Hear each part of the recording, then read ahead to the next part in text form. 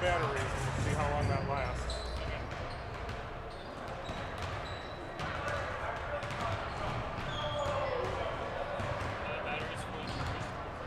I charged them for graduation last year, so we'll see.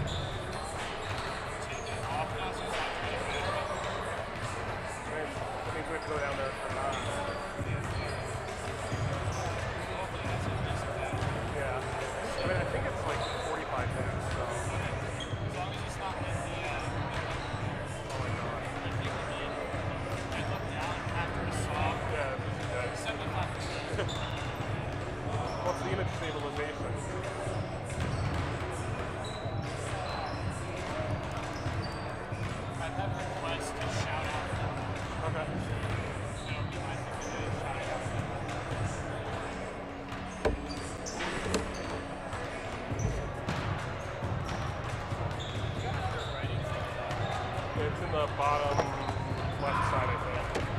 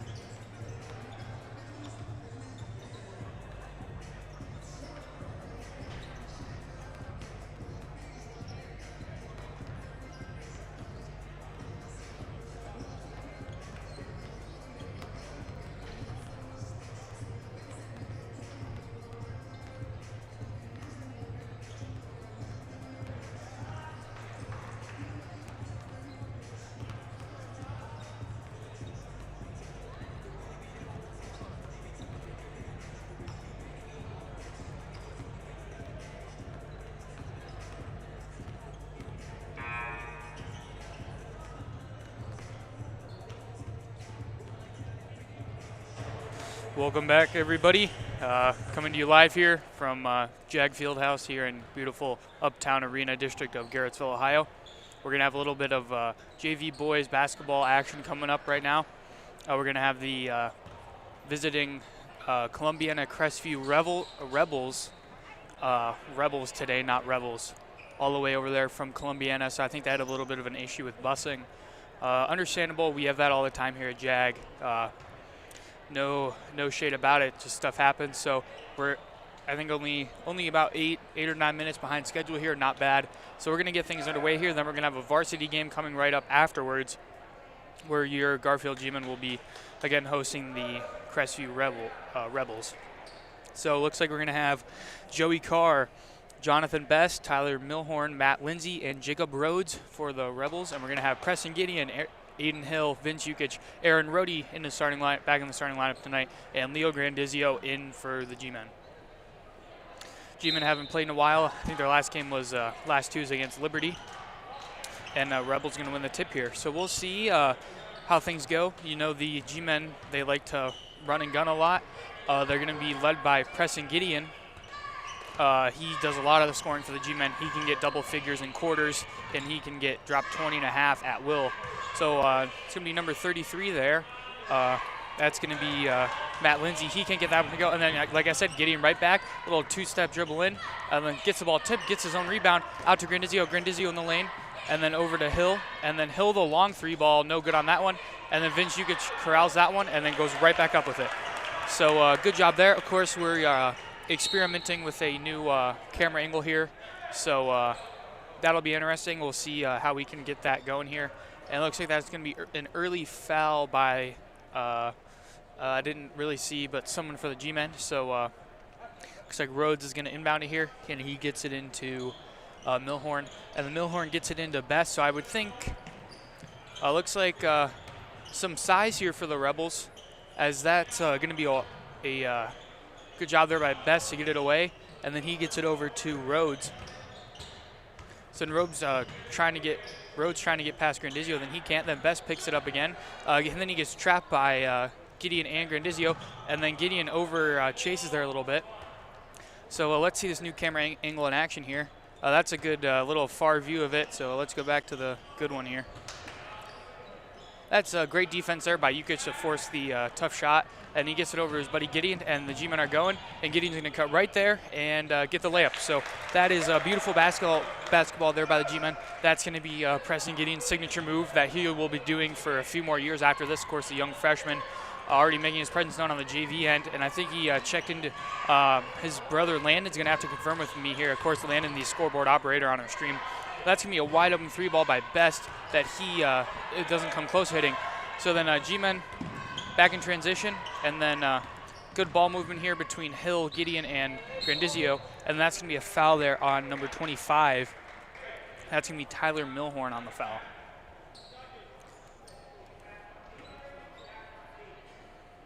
So ball handler a little bit of out of view here, and then so that side of the court is going to be a little, as Aiden Hill with a three ball, no good on that one, and then a rebound to the Rebels. So looks like Jonathan Best is going to do his best job of being the ball handler here. Yes, pun intended. So then Rhodes gets in, and then he gets stripped away by Hill, and then G-Men have numbers, but Aiden Hill says, let's slow it down, let's run a set here. So the G-Men are deadly in the fast break if they can keep things under control. And then that's going to be a travel. Looks like there's going to be a travel on Jukic. Joey Carr tried to draw the foul, and then he wasn't exactly set to take a charge, but it wasn't really a blocking foul either. So that's going to end up being a travel on Jukic as he took a few too many steps. So Gideon Dean up there on Rhodes. That might have been a foul. It depends on the referee on whether or not they're going to let that play. Ref decides, I like hands a little bit, and Gideon using his hands a lot. Some refs will call that a foul. Joey Carr in the lane, no on that one. And then Hill the rebound, and then he might have traveled, but probably got fouled too, so ref decides no call there. Sometimes it's a little bit of a compromise as a referee on what to call and what not to call. So Jonathan Best is able to get by Gideon and then get into the lane. So, and then nice little floater. So floater alert. That's going to be Jonathan Best on that one. doing his best job of scoring there. Jukic is wide open, but Rebel's going to hop into a little bit of a 2-1-2 zone. There's holes in the zone, and the G-Man can find them. Gidney decides the hole in the zone is the 3-ball, and that's going to be no good. So then he's D'ing up full court on Best, so that's going to be a speed-on-speed match. Of course, you always give the advantage to the ball handler there, or they're always going to get. In a tie, it goes to the ball handler is what I'm trying to say, if that makes any sense to those watching at home. Of course, thank you to everybody for tuning in tonight. You love to see it. We're going to be, so that's good hustle there by Grandizio to save it. And then number 33, that's going to be Matt Lindsay, is out of bounds. So it looks like we're going to have number 5, sophomore Alex Carter, and then number 15, freshman Nick Edick checking in for the G-Men. Sophomore Aaron Rohde and sophomore Vince Jukic are going to check out. So we're going to have freshman Nick Edick, the probably the tallest guy on the team for the G-Men. Of course, nobody's super short, but nobody stupidly tall. Grandizio is a smaller guy, and he decides on a 3-ball. That one was almost good, so not something you really see Grandizio do too often is shoot 3 balls like that, but he decides, hey, I'll give it a shot there. It was close. Good effort there by Grandizio. So both of the offense have been a little stagnant here. So that's a mishandle there by Carter. So good defense, but just unlucky. Okay, have that one fall out of his hand. So Rebels have a multitude of guys on the bench. It's hard to see who is a varsity player wanting bench time for the JV, who is a JV bench player, and who is a injured player with the joggers on. Difficult to tell at times. Good trap there by the G-Men. Bad pass over there to Carr, and then it's going to be a pump fake there by Milhorn. So he gets it in the Carr in the low post, and then he gets triple teamed, and then a good find there to Matt Lindsay. So Crestview showing what they can do there, and they're going to hop back into that 2-3 zone. If you're watching the varsity games recently, the 2-3 zone has been their kryptonite, Achilles heel, whatever you want to call it. As a junior, Max May is going to check in. You love to see it there. That's a good cut there and a good find into Milhorn. And then great defense there by Edick. So Milhorn not able, that's actually going to be Matt Lindsay. My bad there. So Gideon looking for a pass here. He's going to swing it over to Grandizio. Grandizio probably has that's a good find there into Edick. And then Edick might have got fouled and blocked at the same time. So ref gives the benefit of the doubt to the defense and says that is a block. And that's going to be a true block there. And going to be out of bounds off of the G-Men as a couple of guys got to that one. And looks like we're going to have number 11, Nick Jascola checking in for the Rebels there as he's on the elbow moving out there. And then they get it into Lindsay. So that's just that's good defense there by Alex Carter, but even better offense by Matt Lindsay. So he's showing what he can do with a quick 4 points here. So G-Men appear to be the more athletic team, but Crestview is imposing their will on inside the paint.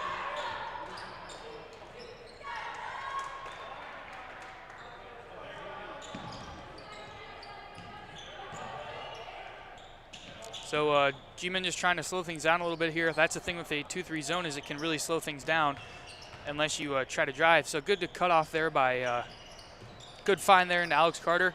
And then the fadeaway jumper, no good. So that's a shot you're never happy with as a coach is the fadeaway jumper like that. So 2-3 zone is really wishy-washy by coaches. Some of them like it, some of them don't. The coach here for the Rebels says we like it. Rumor on the street is that the varsity team hops into a 2-3 zone all game. So Preston Gideon, another chance here for the G-Men. And then that's another miss on the fast break. So G-Men getting shots. Some of them are contested, but they're still getting shots. So if they could get shots to fall, the game would be a little bit different here. Same thing for the Rebels. They're getting shots, but they're just not falling like that one. Nice little midi there by Tyler Milhorn that doesn't go. And then the coach from the Rebels able to call a timeout before the jump ball or out of bounds was called. So offenses by both teams really need to get things going here if we want a barn burner. Looks like it'll be a slow game, only 4-6 right now, so we'll be back.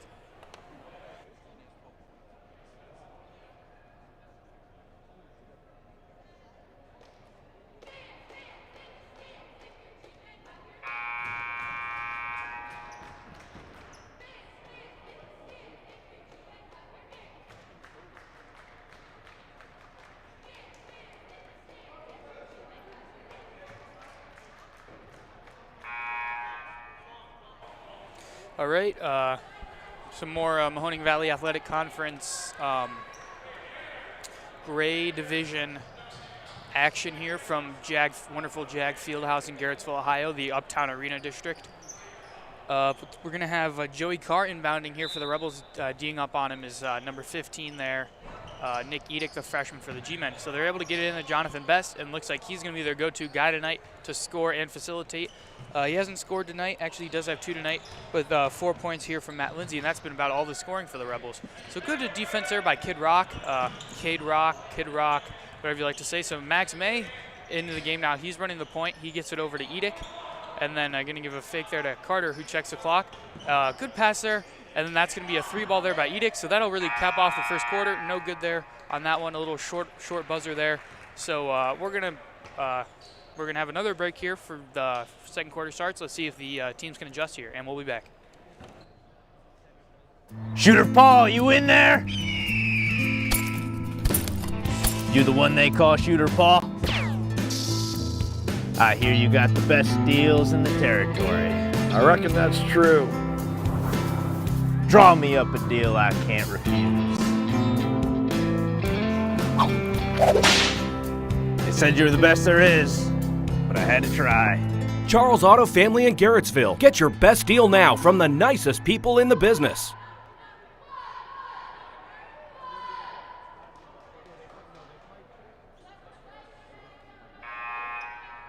So G-Men are going to roll with number 15, Nick Edick, who's going to inbound here to number 20, Max May, and we're going to have number 0, Kid Rock, a.k.a. Kid Rock, number 5, Alex Carter over there on the wing, who's going to actually get the inbound pass, number 42, Vince Jukic. Rebels are going to go with number 10, Joey Carr, number 11, Nick Jascola. Joey Carr almost got the steal there. Number 21, Jonathan Best, who's been the primary ball handler here for the Rebels.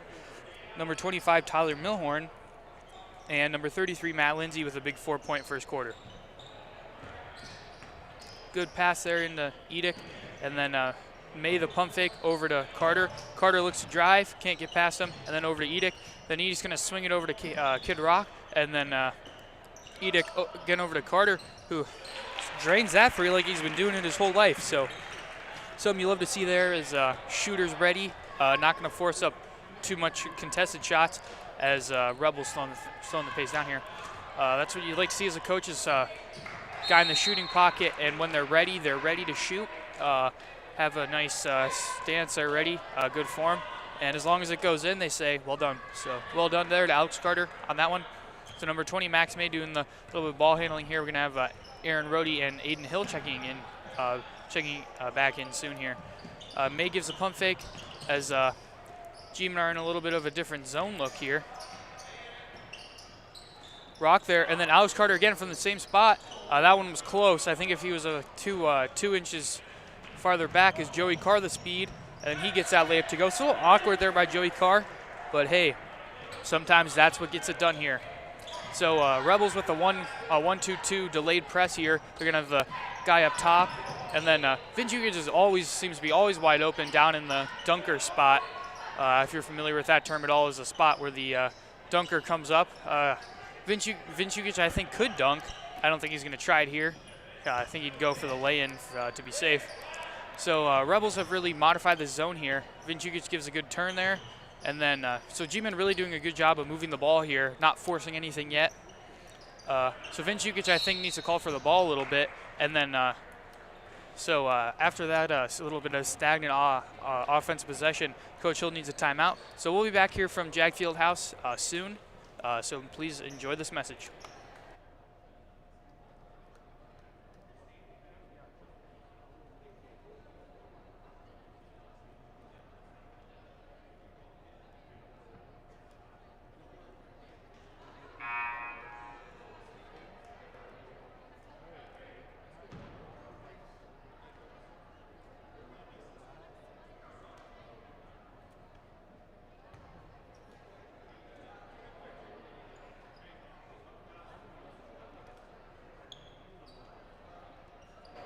Welcome back here after that message. We're going to have G-Men to inbound underneath their basket. I believe it's off camera right now, but Nick Edick is number 15, standing right in front of number 25 there from the Rebels. So Kid Rock's going to swing it over to Edick. That's been an open. In a zone, sometimes you have to give up that easy pass over to the wing to trap, which they might do. Looks like Nick Giscola is putting in a man's work there up top. So that's a nice little floater. So again, floater alert there. Nick Edick, or not Nick Edick, Vince Jukic has a nice little midi there, but then Kid Rock says, I'm going to use my wingspan and block that. He says, get that weak stuff out of here. So we had Alex Carter, another block there, it looks like. And then unwisely, Tyler Milhorn gets a little anxious and tries to save it. So it looks like we're going to have Kid Rock and Nick Edick checking out, and Gideon and Grandizzi are going to check back in. Of course, Preston Gideon, number 14, over there, going to inbound. He's got the noodle hair and the glasses. So let's see what little two-guard action here, what they can do. That's a good pass there by into Rhodey. Grandizzi almost mishandles it, and then has to, probably could have just dribbled and got out of that one, but a little off balance there. Joey Carr goes, says, take me to the circus, Aaron Rhodey. I'm going up with this one. So again, Joey Carr, not the most, it's a little awkward when he shoots, but he has been on point today. He's up to 4 points on the evening, 4 of his team's 10. And Joey Carr's going to get himself a free throw. Low dribble there, narrow stance, and then that one can't hit. So you get to the rebound, and then that's going to be out off of 33, Matt Lindsay. So again, we have number 4, Aiden Hill, who's going to inbound. Number 14, Preston Gideon. Hill is a freshman, and Gideon is also a freshman. Sophomores, Leo Grandizio, number 2, Aaron Rhodey, number 50 with the ball, and number 42, the sophomore, Vince Jukic. We're going to have Joey Carr, Nick Giscola, Matt Lindsay, Tyler Milhorn, and Jonathan Best in for the Rebels. That's their 5. Grandizio probably could have gotten a better look, but unwisely passed it there. So now Rebels showing what they can do the fast break. Nick Giscola, I don't know if he was exactly aware of where he was. Passes up on the layup, and sometimes you get better shots like that. So that's an open 3 ball there by Nick Giscola, but that one can't go. And then Jonathan Best is going to have himself a 3 ball. That one rims out. So 3 balls not really falling here for the Rebels. They've shot a few, haven't made any. Grandizio, yeah, that's going to be a foul. So Joey Carr a little bit too much with the hands there, as we have a few guys not on the bench of the Rebels anymore. So I think they're going to probably rotate 7 guys in. We're going to have we're going to have a player with no name. Yep, he is not in the scorebook because I took a picture of the scorebook and is not on my sheet. So put that on the list of things you love to see. So we're getting that sorted out. A player not in the scorebook really can't check into the game because they have nowhere to put him. So I don't know what's going to happen here. It's number 45. I have a number 40 Kevin Graham, but on my in my stat book, but he is not number 40. So again, just a present past, new word or new term. Varsity Quiz Bowl continued to roll. They're undefeated on the season with only 4 more matches to play. They took down Ritztown last night, 2 big victories for them. And then the JV Quiz Bowl got their first win of the season also over Ritztown last night. So you love to see it. The girls basketball varsity won a nail biter against Brookfield. I believe it was 48-44, something like that. Here at JAG, as I break my pen. So that's gonna be a technical, as that really can't do that. Aiden Hill can't hit that one though. A little unlucky there. It's gonna be number 33, Matt Lindsay, checking out for the Rebels as the new player checks in. So, yep, Aiden Hill doesn't hit that one either. Actually, he does. So, basketball gods on his side there, and they let that one go in. I'd just like to take a moment to shout out my good buddy of mine, Jake Durr. Jake Durr is a realtor, Jake Durr Real Estate in the Portage County area. He's also a teacher, so he is a lot There's a lot of work going on lately. That's going to be Gideon the 3-ball. I'd think the G-men could probably get a better shot than that, but they decide, no, let's try that one. So John Doe almost mishandles it, but they're able to get it out to Jonathan Best.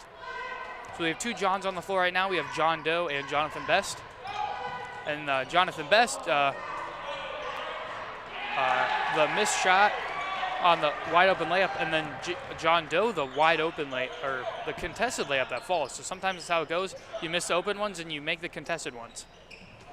If any Cavs fans remember J.R. Smith, the big 3-point shooter, as I don't know what's up with Grandizio lately, but he likes to just pass it to the Rebels. So he's going to have to get that figured out. They don't have many options other than what's on the floor right now for ball handling, as Grandizio is the main point guard here for the G-men. He's actually going to have a seat. Coach Hill's going to have to talk to him and say, what are you looking at here, son?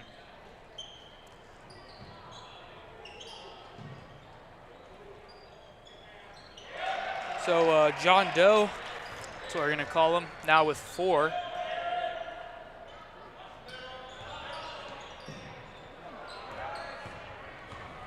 Then another turnover. The Rebels just getting over to Jonathan Best, who tries his best but can't get that one. And that's going to be a block by Gideon. So again, Jake Durr, he is currently my advanced placement United States government and politics teacher.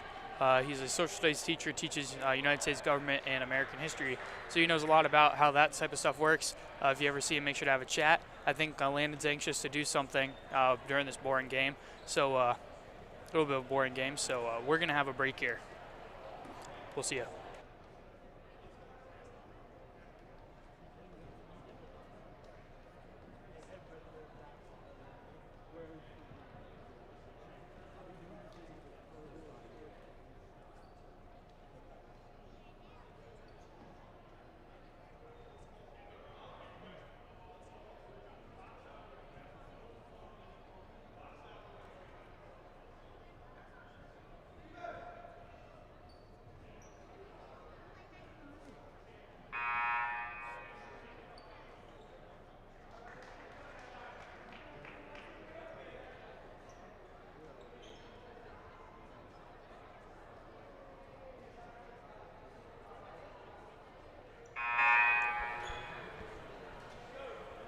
Alrighty, we're going to have Best, Doe, Carr, Milhorn, and Jascola, as John Doe can't get that one to go, and it falls to Jascola. So that's going to be the lineup for the Rebels, as Nick Edicks, he's going to have himself a couple of points here. So good job by Edick. I got that long stride, able to get in there and steal that one away, cut into this deficit here. So G-men have a press of their own, and John Doe gets it over to his buddy Best, fellow John. So you notice Gideon likes to hand check a lot, and if this was the varsity game, that'd probably be a foul every time, but it's not. That's going to be a kick there. Nick Edick doing his best Neymar impression there. Should say his best Colin Lysick impression, kicking that one out of bounds. Sometimes athletes tend to get the sports confused on what they're playing at the time. I don't think that was his intention. Sometimes this type of stuff just happens. So John Doe gets it knocked away, so we'll see if the Rebels are going to look to go away from John Doe.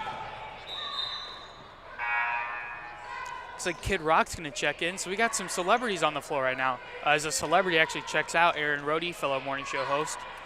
You'll see he likes standing straight up and down, but sometimes he likes being upside down. Depends on the day.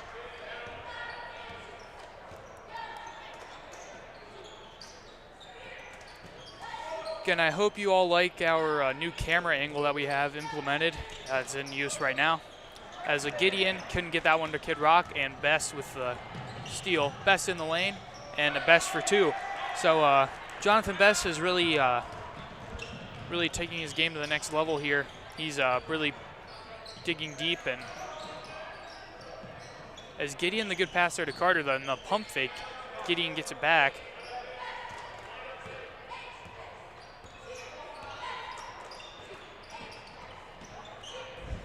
And Aiden Hill over by Charles Auto Family logo. Then, of course, a perfect time to get my plug for Charles Auto Family. as Alex Carter thinks better of 3 balls. He missed the last one just from that spot. So you've been doing really a good job of moving the ball here on this possession against the really pesky Rebels. So they're going to have stuff like that, and then Best pokes it away from Hill. And then Hill slaps Best, and Best says count it right in Hill's face. So we'll see how that plays out with a little bit of taunting like that. So of course, thank you to Charles Auto Family. They have produced the advertisements that you see during halftime and quarter breaks and timeouts and stuff like that. So Best up to 7 on the afternoon, and that's going to be a substitution by Jukic or not. So with 19 seconds left, they decide not to sub in Jukic. So of course, thanks to Charles Auto Family, they produce the advertisements for their business there in the downtown district of Garrettsville.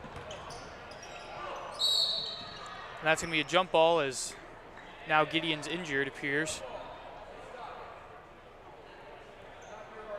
And it's going to be a possession there for the Rebels. So Best wants to go fast, but he decides, well, not. And then Gideon gets that one. So a little bit of personal revenge as he's going to get into Best's face here. So Gideon, the layup right at the bucket, or right at the buzzer in the bucket. So varsity team's going to stretch the legs here, especially Crestview after that long bus ride. We're going to have a nice 10-minute halftime here. Come back for the second half, proves to be a good one. Get your popcorn and your root beer, and we'll be back. Hey, Shooter Paul, what's going on? Just washing the boss's bike here. Sweet bike. Does he ever let you ride that thing? I can ride it. Bet you can't jump that van over there. Come on, Shooter, you got this.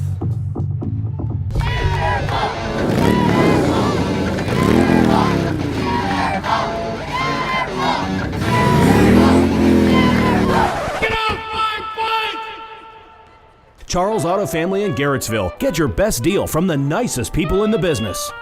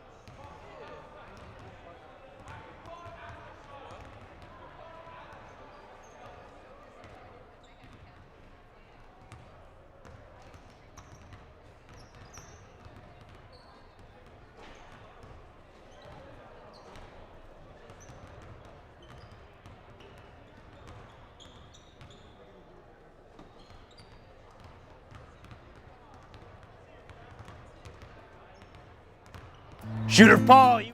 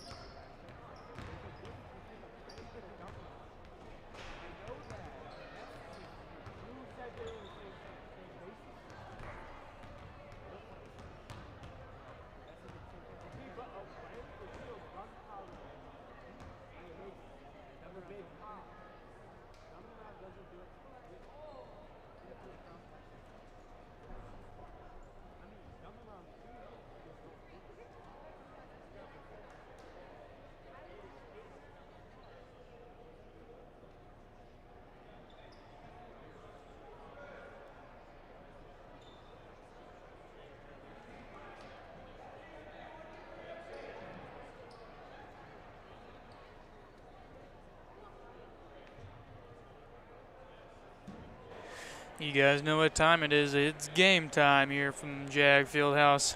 I have to check in with my sources and see how it is over in Jag Arena, of course, just across the road there.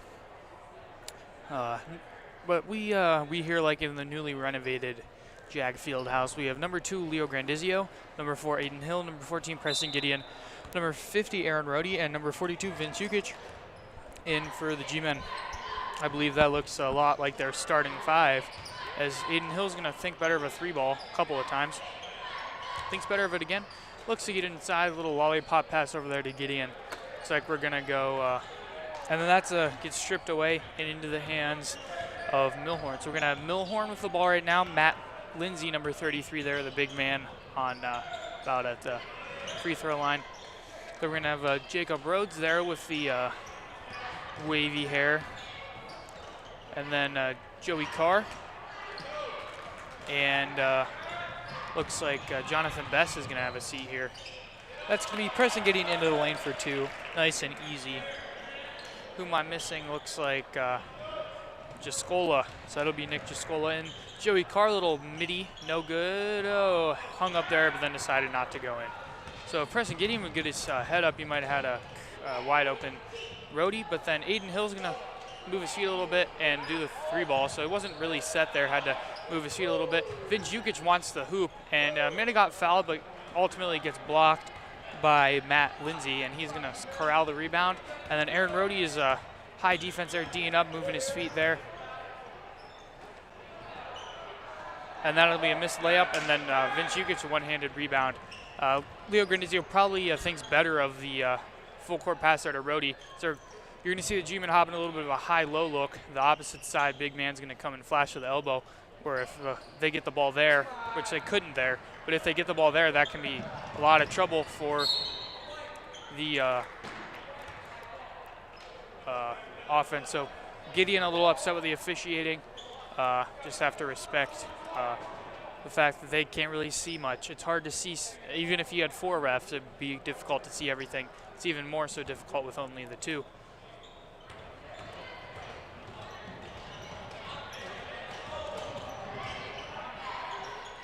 Then Aiden Hill wisely lets that ball sail out of bounds. I'm looking through the crowd here trying to spot some celebrities. Looks like we're gonna have Mr. Flager over there, the athletic director over there with Miss Kissabeth. So Aiden Hill, his motto is shoot till you make it and then keep shooting some more. So he's gonna get that 3-ball to go, his first of the evening. Let's see if the G-men can heat up here as they've tied the game, and we'll be back.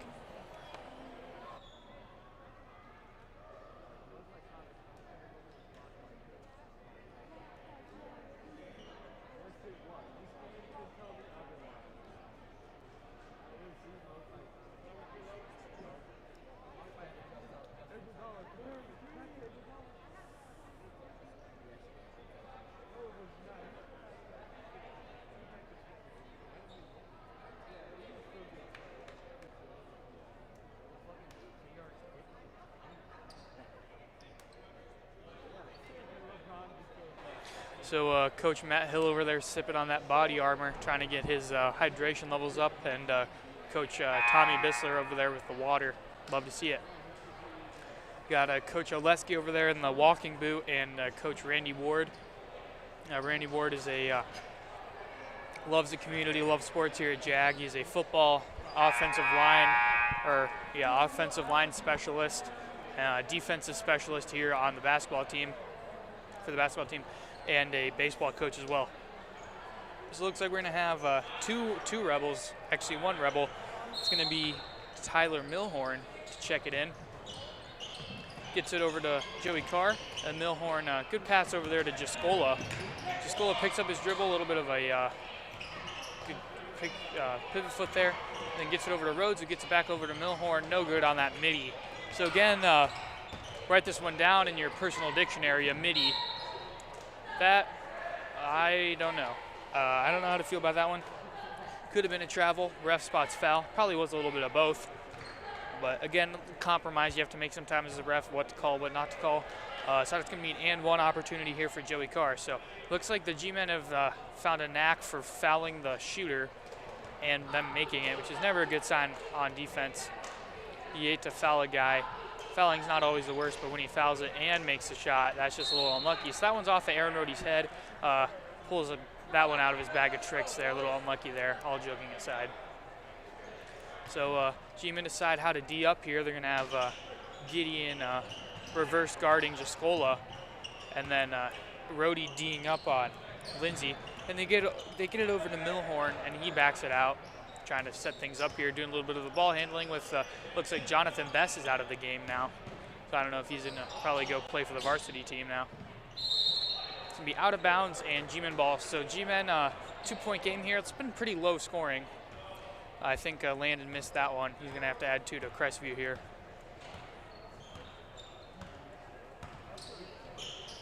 All right, there we go. And then Gideon, the 3-ball, no good. So Gideon decided, really depends on the night for him. Sometimes he'll get all his points in all layups. That's going to be a foul on Rohde. He thought, no, he ran into me, and he did, but it's still a foul. Just to have to thank James Naismith for that one, the inventor of basketball. Of course, I don't know if he exactly came up with that rule all by himself, but it's a rule that sucks as a defender, but it is a rule nonetheless. Vince Jukic overplays that one, and not able to get the steal. Leo Grandizzi overplaying, gets it over to Carr, who floats up there, and then these Rebels like talking, so we'll see how that plays out. The G-men, of course, never shy about talking back. Remember our other Jonathan Best, as you'll see there, Gideon get the layup. So Rebels will taunt in the face of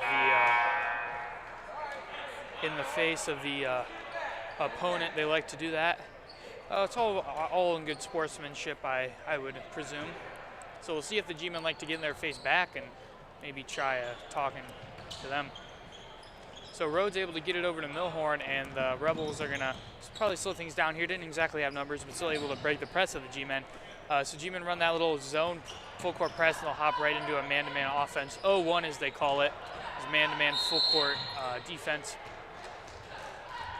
So Joey Carr going to the line now. He'll have 2 at the foul line.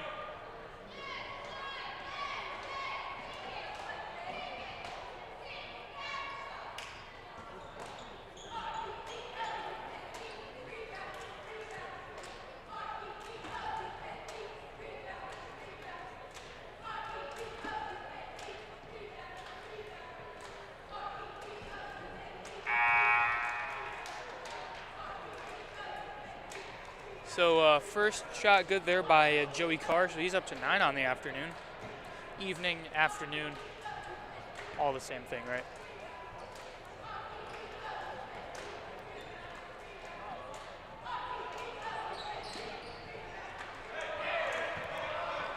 So Joey Carr, a nice 10-piece this afternoon. Of course, Jonathan Best, not to be confused with John Doe, who both are off the court right now.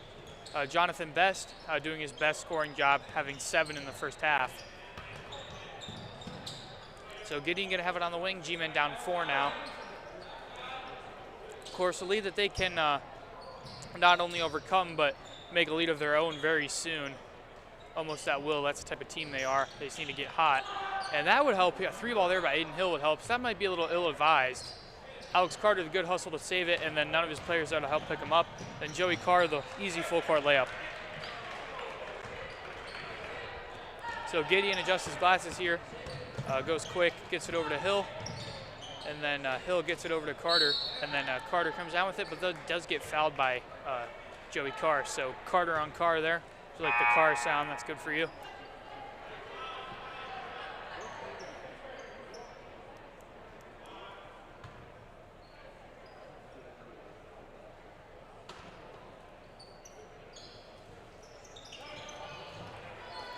Kid Rock swings it over to Carter.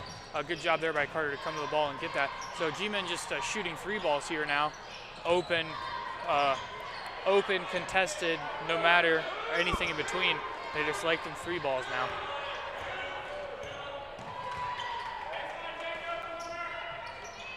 So G-Men trying to get the offense going to battle that 2-3 zone look by the Rebels. So again, this G-Men team, the type of team that can put any type of points up in a half. Again, that game against game at Champion a few weeks ago, at the start of winter break, so about almost a month ago now. And Gideon's gonna have a layup that he makes. So easy there by Gideon. Another double-digit scoring performance by him. So more performances like this, and he's gonna get even more minutes on the varsity team. I think he got a few minutes. I'd have to check with Landon, but I think Preston got a few minutes in that Berkshire game. Blowout loss to Berkshire on Saturday for the varsity. Of course, the JV squad hasn't played since a week ago against Liberty. I think they won that one. We had a stream. Again, a lot of things to keep straight in the old brain, but. So Carter steps out into a 3 and then short on that one. So offense for the G-Men really stagnant here. They need to get things going, trying to battle this 2-3 zone.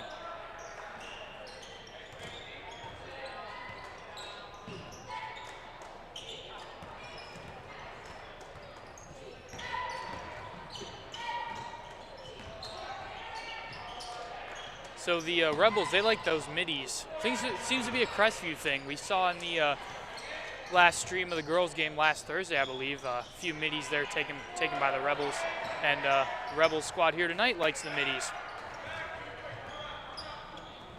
So May able to get it to Gideon, and then May can't catch that one, able to chase it down. It's out of bounds, and that'll be out off of Jascola. Or maybe not, so I don't know what the ref saw there. Unfortunate nonetheless. So G-Men only down 4 here, but 4 points seems to take a while to score here for both teams. And that's going to be a long 2 there by Milford, or Milhorn, my bad.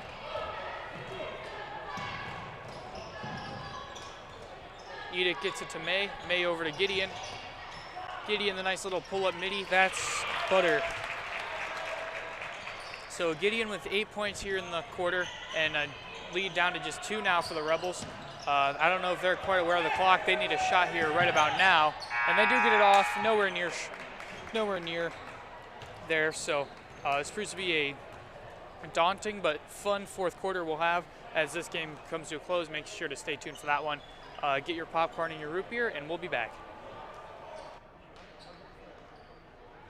Hey, Shooter, you want to go golfing? Sure, boss. I'm driving.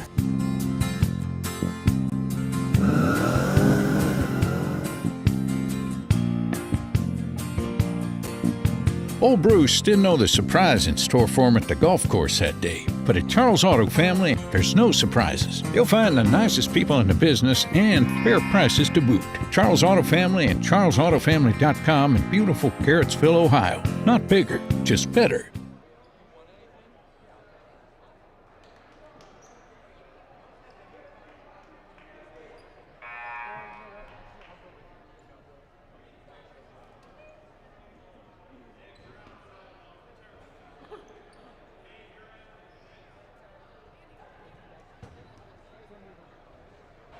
All right, we resume play here from the wonderful Jag Fieldhouse here in beautiful Garrettsville, Ohio. Of course, the Uptown Arena district of the city. The Rebels from Crestview High School all the way over in Columbiana, solid hour drive down the interstate, almost into Pennsylvania. Basically Pennsylvania, so we can call them from PA, so we don't like them here. All joking aside, they are from Ohio, and we are all fellow Ohioans, I would presume. That referee says, I don't care where you're from, that's a foul. So you love to see that there. No bias by the referee. So John Doe's back into the game now. We're going to have John Doe, number 45 there. Number 33, Matt Lindsay. Number 25, Tyler Milhorn, shooting 2, who can't hit the first. And we're going to have Joey Carr and Nick Jascola for the Rebels. We're going to have number 15, Nick Edick, number 42, Vince Jukic, number 0, Cade Rock, and number 5, Alex Carter, with number 2, Leo Grandizio.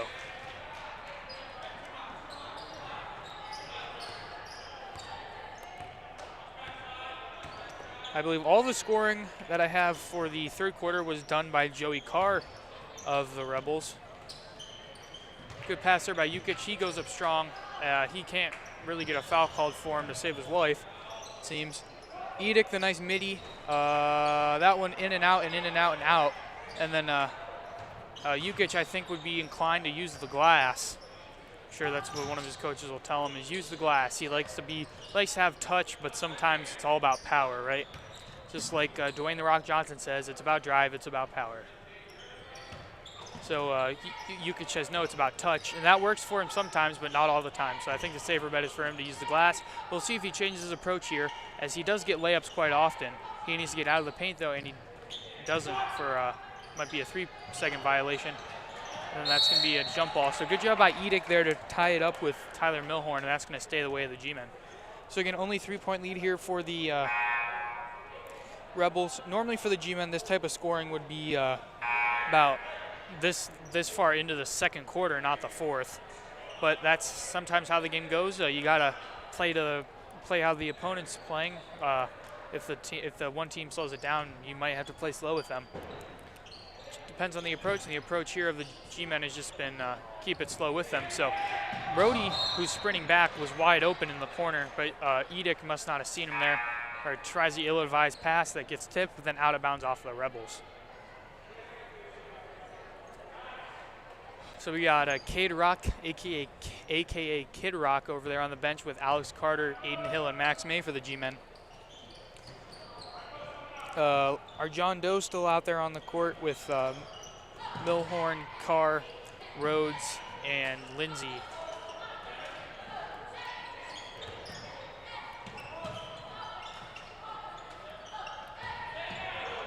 So Leo Grandizio, maybe a little ill-advised shot. I think he heard felt the defender draped all over him, able to get that one up, and is fouled. So he can tie the game here with going 3 for 3 from the line.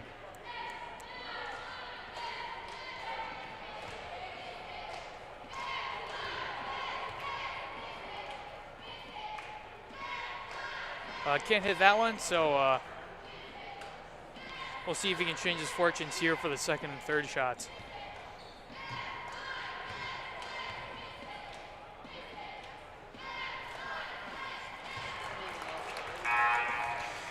Again, Leo Grandizio, scoring is not really his game. His game is more get the ball to people that will score, so he'll do a lot of the passing, facilitating, stuff like that.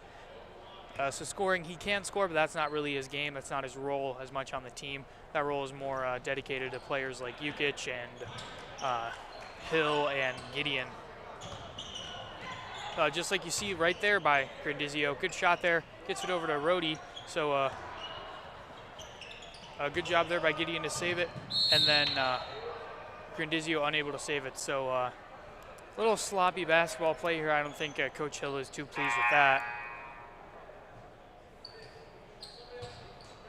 So I think as a JV player, your main job is just get better every day and hope that one day you will be up there with the varsity team playing. So a lot of these guys, there's a few openings on the varsity team. The coaches and fans getting unhappy here with the officiating. Don't exactly know if it was a carry. They say it was. Of course they're going to say it was because that's just how it works. So Leo Grandizio, the 3 ball, as we hear a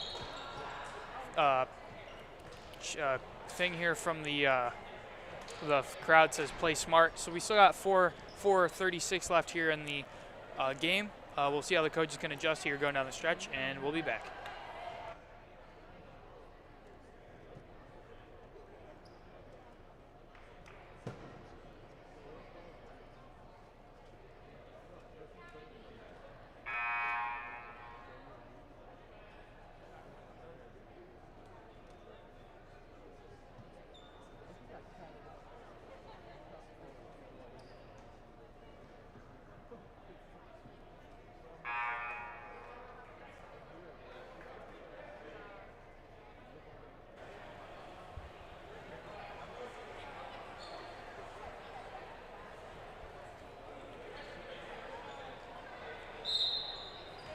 Looks like Joey Carr is going to inbound here. He has a nice 12-piece for the Rebels and to match Gideon's 12 for the G-Men. So G-Men trying to do a little bit of trapping here. And then Hill gets it, and then he gets fouled on the floor. I figured there'd be a call there. Refs haven't called everything, but they haven't called nothing either. So it's really a pick and choose when they call the fouls. So as long as they stay unbiased, can't complain too much, right?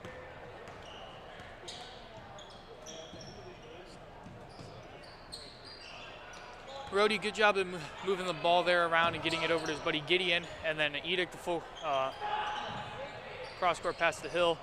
Hill, I think, is about maybe 1 for 6 on the game, but he does have that steal there and not 2 points. A little unlucky there by Hill. Too strong there on the layup. Gets it over to Joey Carr. Joey Carr has some speed, but 4 G-men able to capitalize on that with a steal.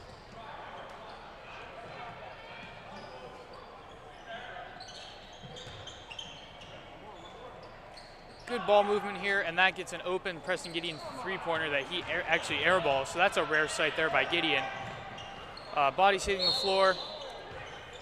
And that's another timeout taken by the Rebels. So that might come in to play down the stretch here if they have the ball and they need a timeout with only 1 left. So we'll see how the coaches can adjust here, especially see what the coach from the Rebels has. So we'll be back.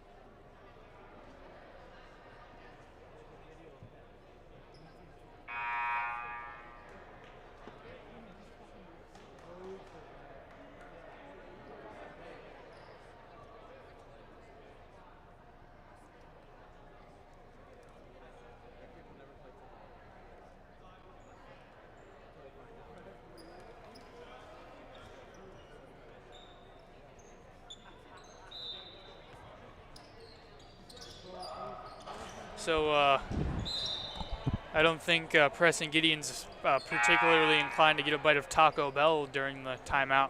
I think a celebrity member of the student section down there courtside was trying to give him a bite, but he passes up on that chance, doesn't want to throw up on the court.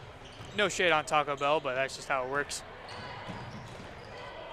So John Doe has the ball now, bounce pass in there to Hill that he jumps on.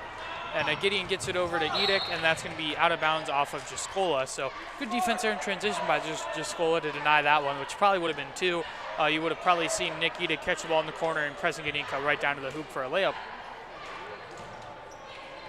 So Aiden Hill's going to get a 3-ball again. So that's a kind of Aiden Hill's game, like we said. As we got a fan here yelling, play smart, play smart. Again, G-Men 2 more fouls, and they're putting the Rebels in the bonus. That's not something you'd like to see as a G-Men, their first lead in a while now.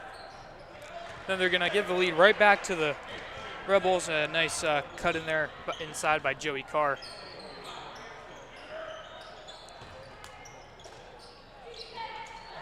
Aiden Hill tries his best Patrick Mahomes impression as bodies are tumbling everywhere all over the floor. Good pass there by Grandizio into Gideon. And then Gideon, I don't know exactly what his deal is, but we've seen that a lot here. If he lands hard, he has to stretch out. It looks like maybe his Achilles or his calf, something like that. Something in the back of his leg. So looks like Coach Hill might have to get the athletic trainer out here and take a look. So I think we have a timeout here, so we'll be back.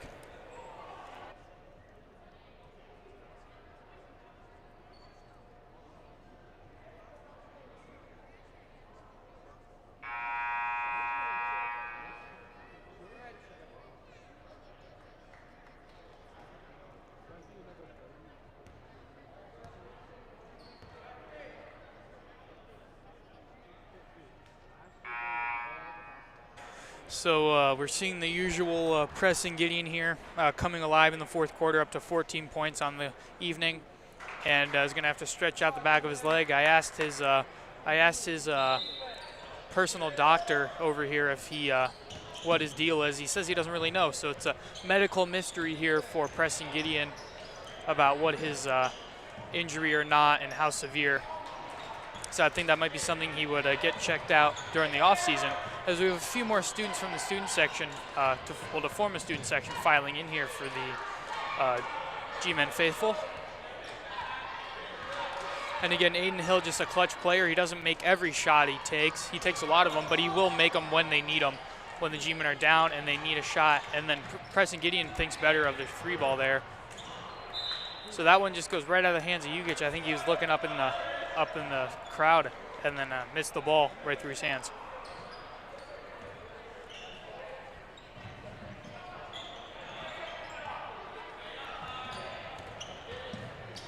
So Joey Carr goes right through the defense, gets it over to John Doe, gets it over to Jascola, who swings it to Milhorn, and then Milhorn looking to dribble on Preston Gideon, which Preston Gideon will not allow. Gets over to Aiden Hill, flips up the shot, and so that's Tyler Milhorn going to the line. So that's something we've seen a lot by Milhorn, is being able to get to the line tonight. So just like that, there's about 1:37 left to play here at Jag Fieldhouse. So G-Men with 2 timeouts left and the Rebels only with 1.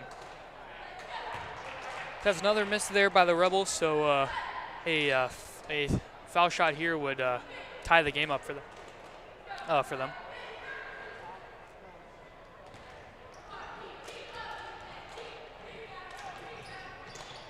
Another miss there, so G-Men can just if I were them, I would milk the clock a little bit here and try to get a look. But then again, that is why I'm not a basketball coach. Whatever they do, don't force up shots or turn the ball over. So that's good there. That's a good look there. Good job by Gideon to pass up that 3-ball. I think his dad sitting right in front of us says he should have shot it. So that's a good job there by Carter to get that one off. And then Coach Hill needs a timeout. So 1:09 left to play. Each team down to 1 timeout remaining here in the game. I don't know if their 30s are full, so we'll see going down the stretch. Varsity teams are ready to take the floor. They're going to have to wait a few minutes for the end of this one. It proves to be a good one. We'll be back.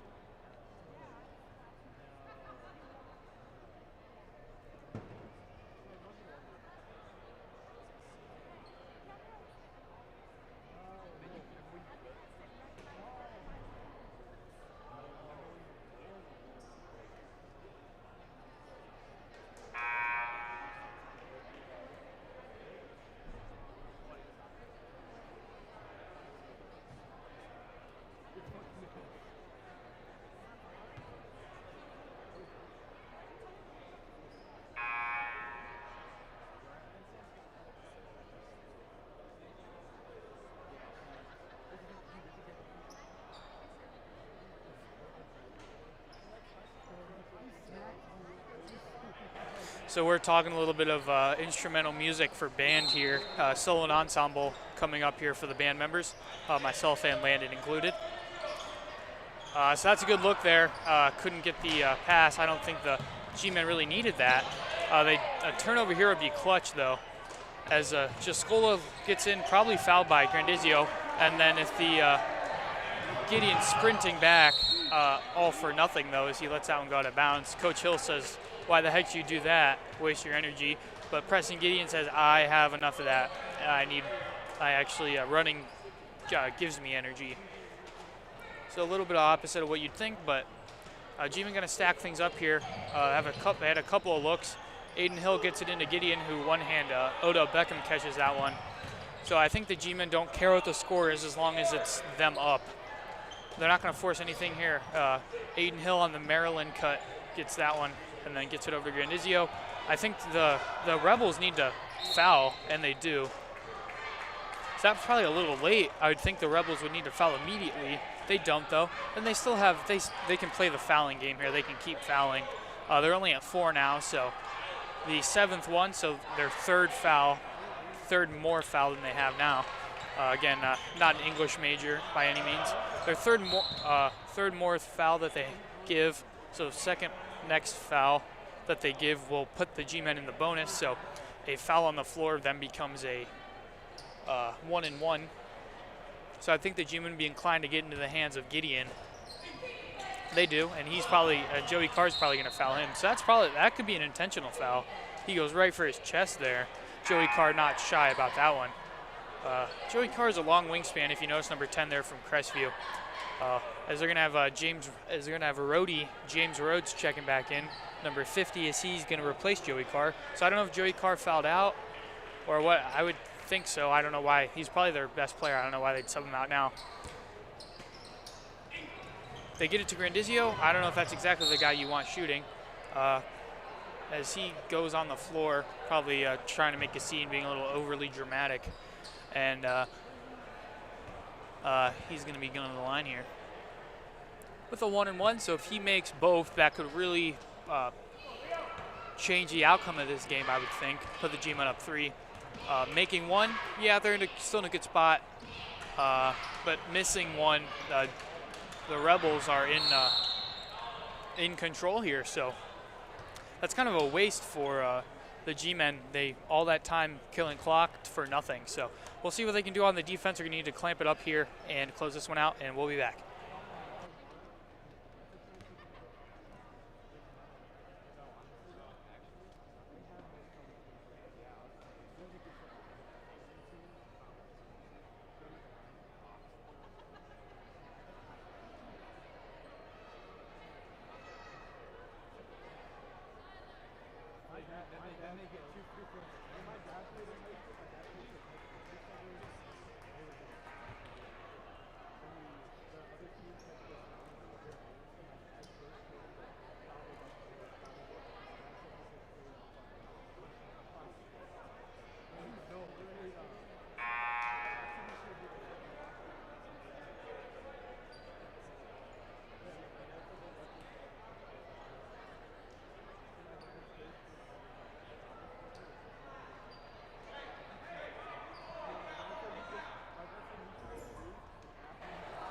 A little bit of a discrepancy here from Jag Fieldhouse on whose ball it is and where to inbound. So good, nice under the basket view there of the court. A few more students filing in to enlarge the student section. Good defense there by Grandizio. Rhodes has it over there. And G-men overplaying everything. This could be the game here, but that's going to be an air ball. And G-men are going to walk out of here with a win. Unless a miracle, a gift from the gods happens. 1.7 seconds left is what the Rebels are going to have if they get the ball. So Gideon's going to be a 1-and-1 here. If he makes both, it is the G-men cannot lose. Of course, unless the Rebels throw up a full court shot that they make and get fouled, but that would be insane. Don't think it's going to happen, but Gideon needs to make it, and that's going to be the game here. So good clock management by the G-men. They're able to just barely get that one sneak that one out of here. So they walk out here with another victory in the conference. Of course, a lot of these teams are really hard-nosed teams here in the MVAC gray division. So you love to see it. G-men getting a victory always. Varsity teams ready to take the floor. The varsity teams look focused. They need to get back in the win column and improve on their 500 record against the sub-500 Rebels. So we'll be back. Aaron will be joining me for the stream. Landon's getting his root beer. Mr. Cole looks like he wants to take pictures, so we'll see how that goes. If anybody else will be joining us, so stay tuned for that one. We might shout out some celebrities. Get your in-between game snack, and we'll be back.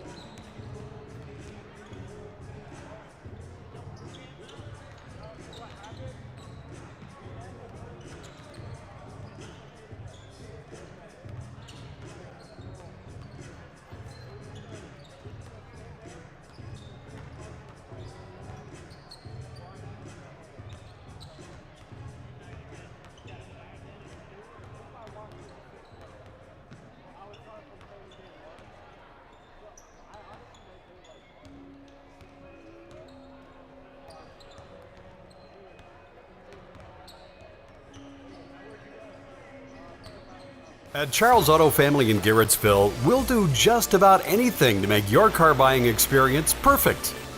And that includes getting you the absolute best deal.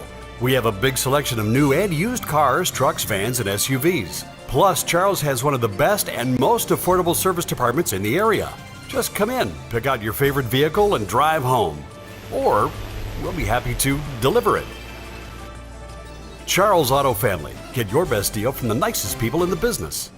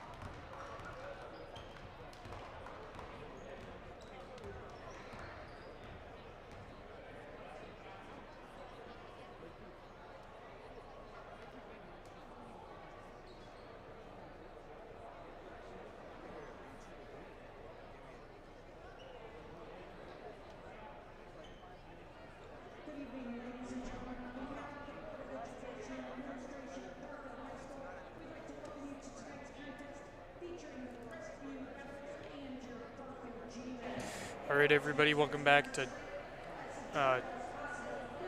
Jag Fieldhouse here as we're going to have the national anthem and starting lineups coming right up.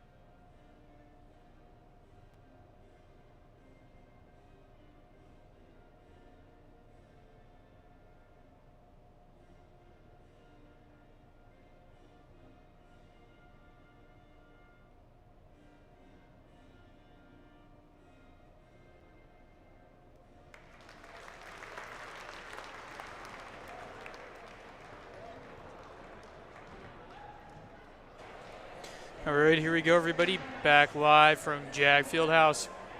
We're going to have the starting lineups here for the Crestview Rebels, who are currently 3-8 and 1-4 in the Mahoning Valley Athletic Conference Gray Division. We're going to have Wyatt Miller, number 32. Number 23, Cade Hancox. Number 2, Kirkland Miller. Number 12, Jack Yerkey. And number 0, Anthony Kusick. So a few seniors on the team. We'll see how they can combat the G-men. It looks like they're going to have their normal starting lineup.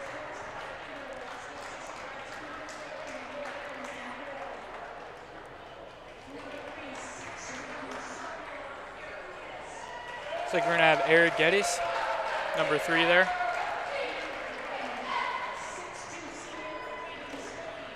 Caden Spade, their number 1, the senior.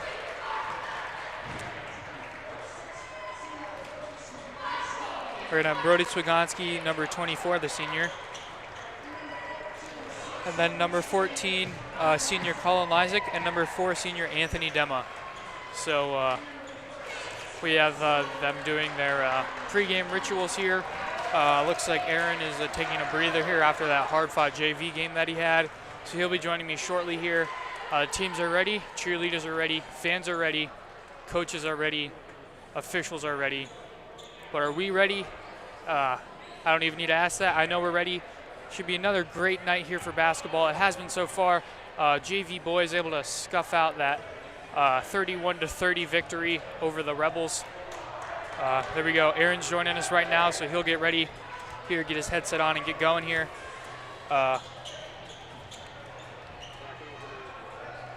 And again, we're testing out another camera angle tonight, so we'll see how that goes with Mr. Cole over there taking pictures, so it's up to us to run the show. So we're going to have Jack Yerkey and Caden Spade jumping, and Rebels able to win possession. So it looks like we're going to have Anthony Kusick doing a lot of the ball handling here, and looks like we're going to welcome on Aaron right now. So, hey, how's it going, Aaron? It's going all right. Bad JV game, but we're here now. Going to bring the energy for this varsity team.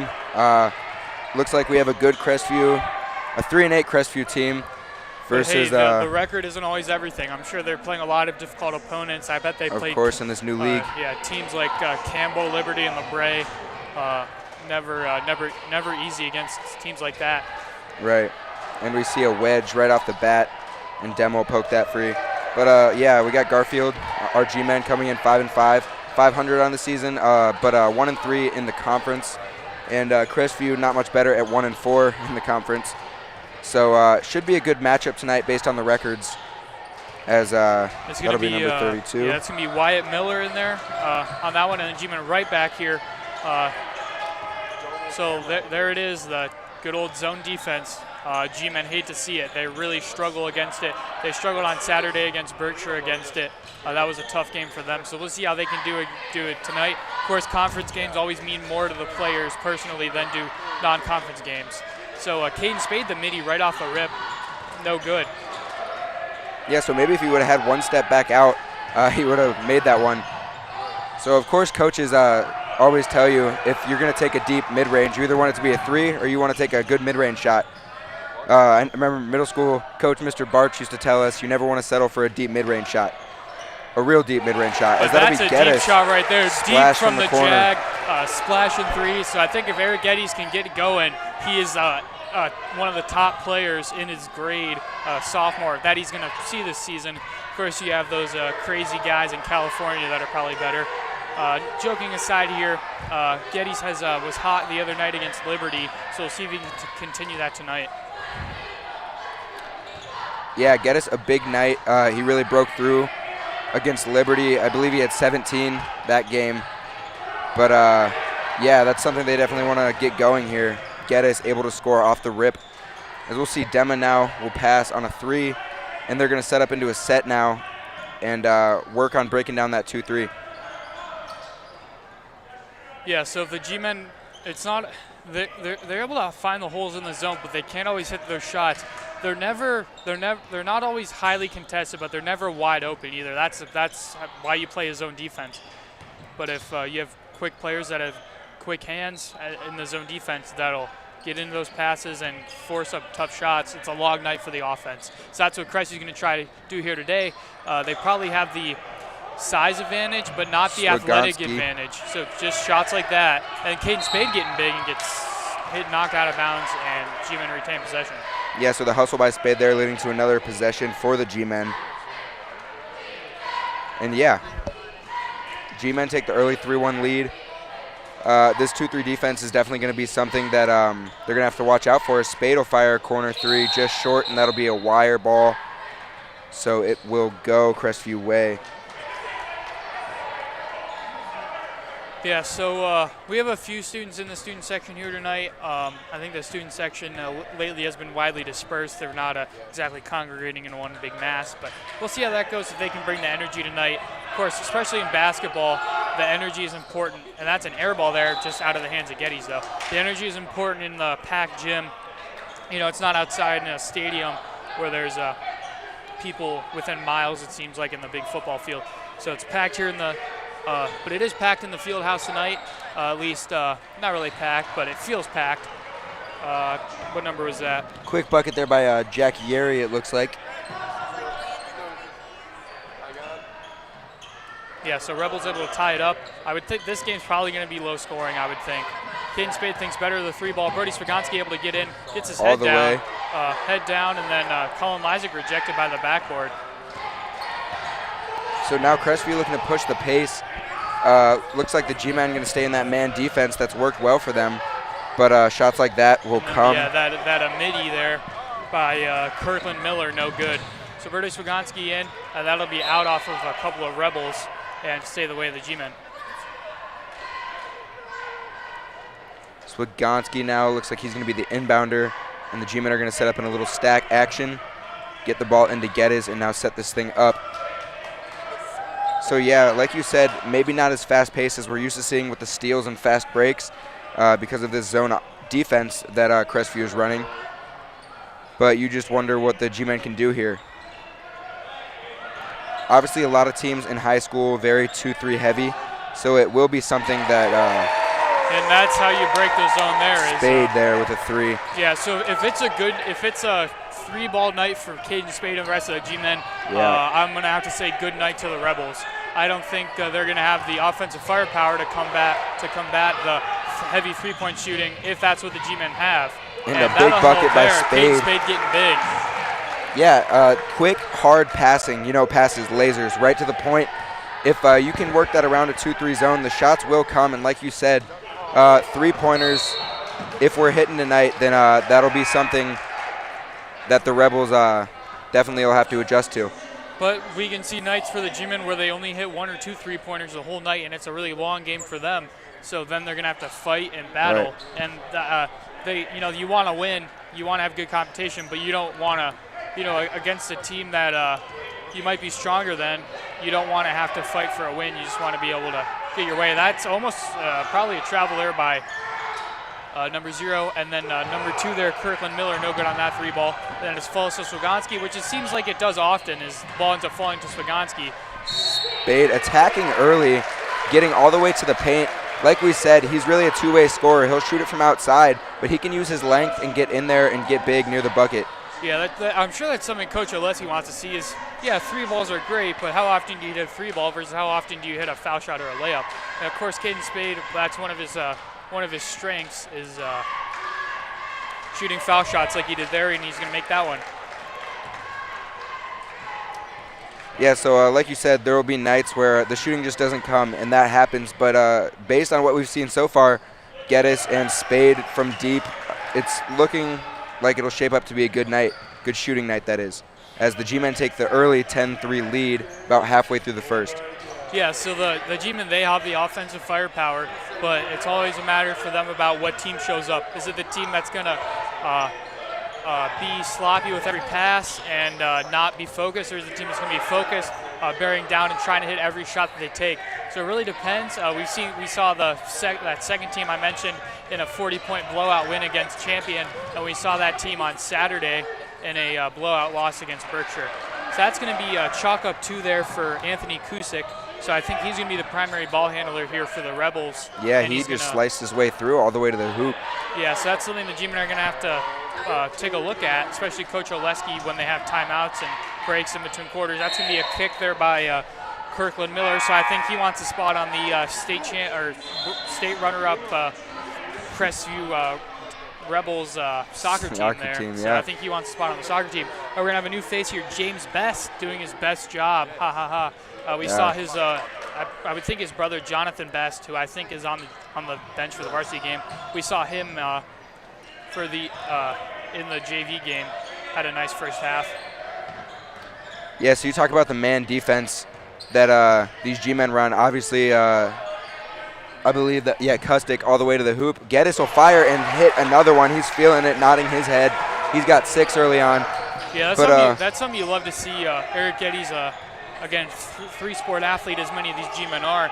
And that's going to be Kusick again. Rims out on that one. Evan Janik not able to get the rebound. So maybe a tie up there, but it eventually falls to Kusick. Yeah, so like I was saying, that man defense, you got to talk, communicate, hedge screens. As Demo rejects Miller there, Yeri. Yeah, it's actually going to be Yerke. Yerke, I don't think whoever wrote that down has best handwriting. Got it. Yeah, but Demo just gets big down there. That's what he does. Obviously, you can tell by the muscles on him. Feeling it. No good on that one. So it's gonna come down to can Spade get big? If Caden Spade can get big, long night for the Rebels. If he can't, long night for the G-men. We'll see how it goes. As we actually have the coach from the Rebels over there in the suit. I think he's missing the tie, and he's got almost a tuxedo there. So Evan Janik slices in and then gets that one. So we normally see Vinny Grandizio or Carter Bates, the first guy off the bench for the G-men, but coach opting with and Evan there Janik. It is, Spade, another one. So already 4 3-pointers here in this first quarter. Spade with 8 points already, Geddes with 6, and them two being main scorers leading for the G-men. Spade's got 10 on the game. He had those 2 free throws along with 2 threes and that big bucket down low. So Geddes and Spade leading the train, but we'll be back after this timeout.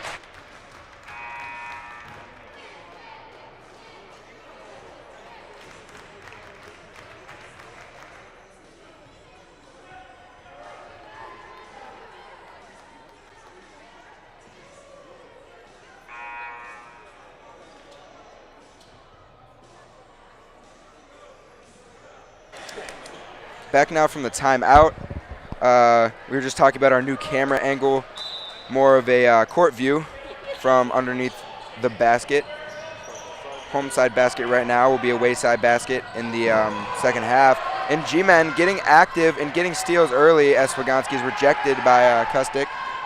So Kustik heard his name a lot, but Spade right back at it. Spade double digits, 12 points already, as Geddes will be back on the 2-on-1. And that'll be Yerke all the way to the rack with the bucket.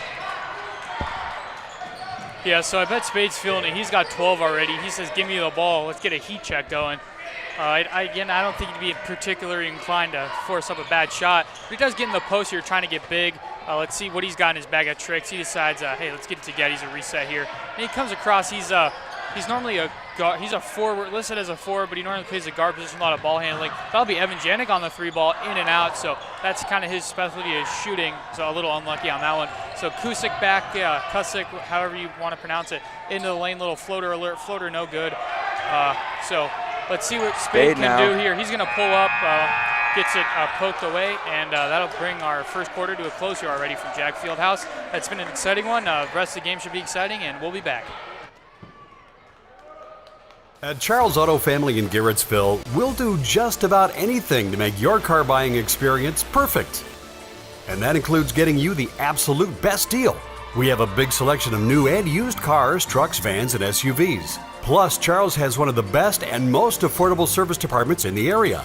Just come in, pick out your favorite vehicle, and drive home. Or we'll be happy to deliver it. Charles Auto Family. Get your best deal from the nicest people in the business.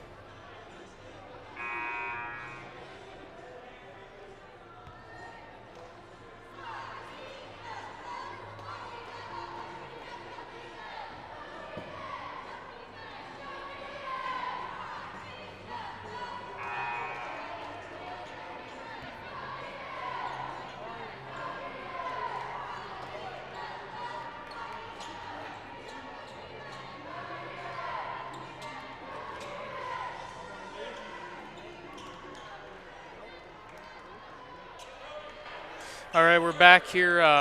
Aaron is getting his chewing gum situation straightened out here. Looks like we're going to have Carter Bates, number 23 there, number 24, Brody Swagonski, number 0, Vinny Grandizio, numbers 22, Jackson Summer, and number 1, Caden Spade, so for the G-Men. So almost a completely new 5.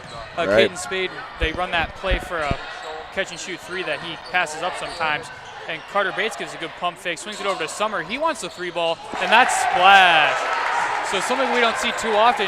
Jackson Summer, that he can shoot it there. That's Splash City there from him. Kustik slicing and dicing the G-Men defense here. And yeah, we saw Janet come in first off the bench, and just him, Spade, good intensity on defense. And G-Men got the timeout. It looks like coaches are fired up. Probably a little extra hate for Crestview after losing to them in the playoffs just 1 year before this year. So I'm sure defensive line coach Randy Ward over there likes to see this intensity and physicality by the G-Men. But we'll be back after this timeout.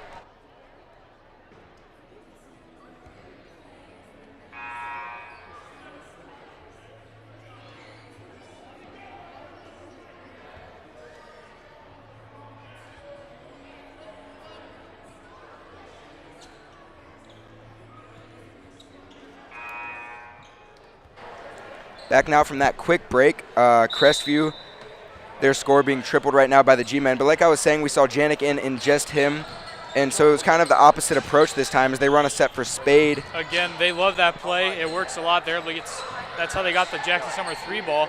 Carter Bates gives a good pump fake over to Swagonski. So we got three juniors, 2 seniors here as Vinny Grandizio getting big, gets it over to Summer, gets it over up to Spade, and he gets fouled. He's going to the line. Yeah, and every time he touches the ball, he's making a difference. Finally, trying to finish my thought. Then we saw Summer, Bates, and Grandizio check in, so it was kind of the opposite there. Have Janik in first, just him alone, and then have the 3 normal first rotated guys. So we can see a new face on the bench down there, Preston Gideon for the G-Men. Can't see him right now, but he's over here on the G-Men sideline. he's been brought up to varsity because he's been playing well on JV, and you just love that intensity off the bench and energy.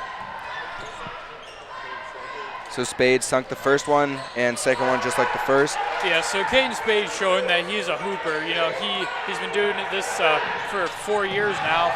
He would come off the bench of sixth man off the first guy off the bench. So let me talk here. His freshman year when they had a lot of juniors, and then he came into that starting role his sophomore year on a team that won 20 games and was up there for conference and district championships. Of course, my freshman year, I think, yeah, that was a good year. They run that play again third time in a row, and that's what's going to happen. And of course, that is money. I knew that one Spade, before I even went in. That was 17 first half points. Splash. It looked pretty, you're right. Kustick, though, all the way to the hoop. So Kustick kind of being a one-man show here. Nothing else has really been getting going for Crestview. But Kustick, he's been trying to get things going. He's been inside, and now he's taking a trip to the line. Yeah, so just like take a brief moment to thank everyone who is, thanks to everybody who's tuning in tonight. We appreciate it. That's going to be a free throw there by Kustick is good. And it looks like we're going to have number 2, Kirkland Miller, check in for Jack Yerke.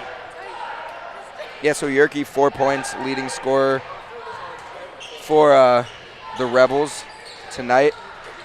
Not saying much with 8 points, but he's found the bucket a couple times.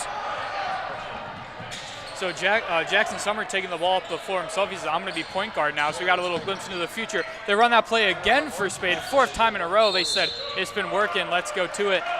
Jackson Summer, the air ball after the whistle, though. That's why he's so dangerous. You know, if you have that shot, if it's there, and if he doesn't, he takes his head, he puts it down, and he just goes to the rack with a full head of steam. Yeah, so basically either way, Caden Spade's going to eat your breakfast. Even if you play good defense sometimes. You'll eat your breakfast on the 3 ball, he'll drain it in your face, or he can go drive, slice you up, little Euro step move. That's an ill-advised pass there. And then Jackson Summer came from out of bounds. So that's a little unlucky there. G-Men had numbers back on defense, but weren't able to get that possession back. So let's just take a moment and shout out social studies teacher Jake Durr. I heard he is wishing he has been shouted out. Maybe that'll bring some more people to the stream if we shout out people. So shout out to Mr. Durr. He's a good real estate agent too. Spade, they're getting big and fighting for possession, but it's actually going to stay black ball there. Coach Ward doesn't like that one. Yeah, so shout out to Mr. Jake Durr, real estate and social studies teacher here at JAG, one of the best teachers we have. Of course, all our teachers are great. We love them, but shout out to Mr. Durr especially. And yeah, maybe stay tuned later for a shout out for someone else too. As Kustick, however you want to pronounce it, calls for the screen there, and then he gets in lane little midi. That's going to be an air ball. Way off for him. Yeah, 2 Rebels bumped heads down there. And right out of bounds, and it'll be Dema on the inbound now. Dema unable to find the bucket yet, but obviously we know once he gets going, and that's about that. But who needs him to get going? We have Spade. The G-Men have Spade right now. So you would imagine the ball is going to stay in his hands.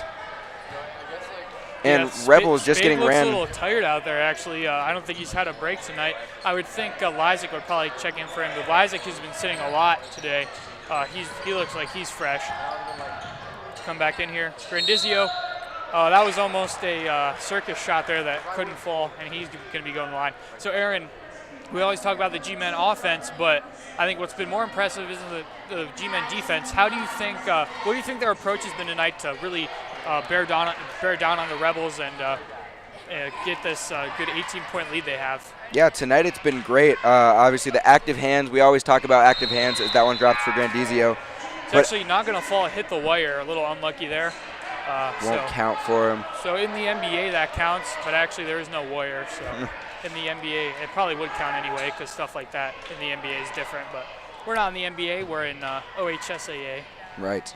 So as I was saying, active hands by the defense here, and just being aggressive on the steals. I said we might not see as many fast breaks, but the G-Men have got some good fast breaks, as that'll be nothing but the bottom of the net for number 23, Cade Hancox. But yeah, I think that's the key to defense for the G-Men, being active, proactive, and just being aggressive. That's what defensive coordinators always stress, as Dema takes a hard fall down there. But he'll be right back up and ready to play some defense. Yeah, so really the key to defense is anticipating. And Swagonski probably drew the charge. Refs no call there. So then Vinny Grandizio gets a triple team there. So that's like we saw in the JV game, is sometimes the refs have to compromise on what they call and what they don't call.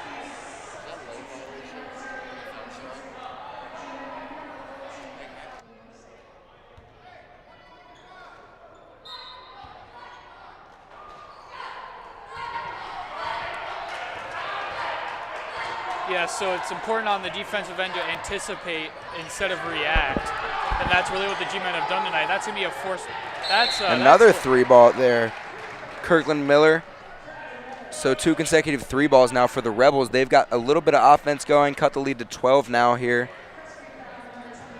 And 2 quick 3-balls for them. Yeah, so if you're Coach Oleski and the G-men, you say, hey, that's a tip to the cap there. That's good closeout and good defense there, but sometimes the offense is just a little bit better. So, but I mean, you got to think to yourself, if you're a defensive player, how often is that kind of going to make that shot? Even Caden Spade isn't going to make that shot every time, and he's one of the best 3-point shooters in the league. So, right. Sometimes you just got to tip your cap to the offense and say, well done. So starting 5 back in here for the G-men. If you were Spade right now, would you be wanting a break or you want to stay in? Well, he's hot. I mean, he hasn't missed in a few shots here. So obviously you always want to stay in. You're going to tell your coach, I'm not tired, coach. I want some more time. And that just seems like what Spade would be doing right now with this big 17-point half with still a lot of time left to go here in the second. Another 3-ball in and out, but a big rebound there from Yerke. And Miller on the second shot, it will go, but G-men get the ball right in and push the pace. Swagonski now so shifty, able to get to the hoop. And now Spade's going to be outside, it looks like. Yeah, they're going to have Colin Lysick down there in the rim runner dunker spot. I just realized the Rebels have hopped back into a man-to-man defense. Yeah. So I think beating the zone was working for the G-men, and that's going to be an offensive foul on Colin Lysick. And looks like Carter Bates is going to check in for Lysick. So Lysick's stint was short-lived there, his stint on the court. So he must be in foul trouble. We're not exactly keeping track, but he must be in foul trouble or something. I don't see any other reason why the G-men would have one of their starters go to the bench at this point in the game, but hey, that's why I'm not a coach. Another 3-ball short, and so Miller hasn't been afraid to shoot the ball. Neither has Hancock's there. He's hit 1, just like Miller, but shots haven't fell for the most part tonight. Cade thought about the step back 3, Cade Spade. Yeah, so Caden, you love to see it. You know, he's still involved in the game. He's trying to get his buddy Dem involved. Dem just can't find the hoop. We've seen that a lot lately. He started off the season averaging almost 20 points per game, and he's really fallen off here. So I think a big second half would really help him with that. I'm sure he's not exactly worried about the stats as long as his team wins. So G-men haven't scored in a while here. We're just talking about their offense. I think the Rebels are on an 8-0 run right now. They're going to look to get some more offense in the game here and cut into this 10-point lead. Yeah, so Kustik hasn't really gotten a break yet either. He's been doing most of the ball handling as Miller takes another one. Now the G-men with the 3-on-2. Dema open look and 1. There he is. He finally found the bottom of the bucket. That's a good feeling. Plus, he's going to get to take a break and head to the line for the and-1 play. Yeah, so we'll see how Dema's legs are. I'm sure they're fine. First-team All-Ohio and running back. As looks like we're going to have the other best, James Best, in along with Wyatt Miller for the Rebels. Looks like Jonathan Best and Cade Hancock are going to check out.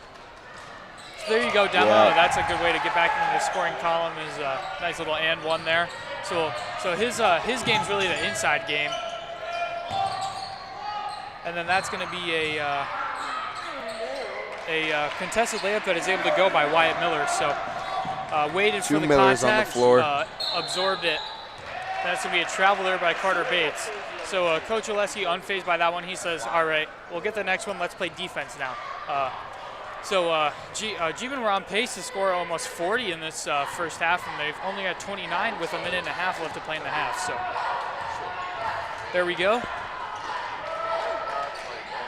Yeah, so Spade hasn't found the bucket in the last couple minutes, but what does it matter?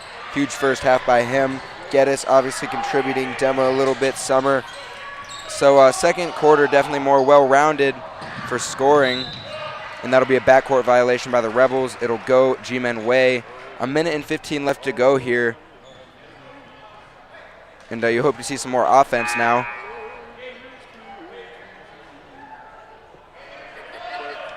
Yeah, so I think if the G-Men could get a couple good offensive possessions, they could really take some momentum going into half here. Yeah, obviously up by 11, took that big early lead, and able to hold it as Geddes is going to cut and find Summers down low. He's got 5 now. A little bit of the F word there, fantastic on that one.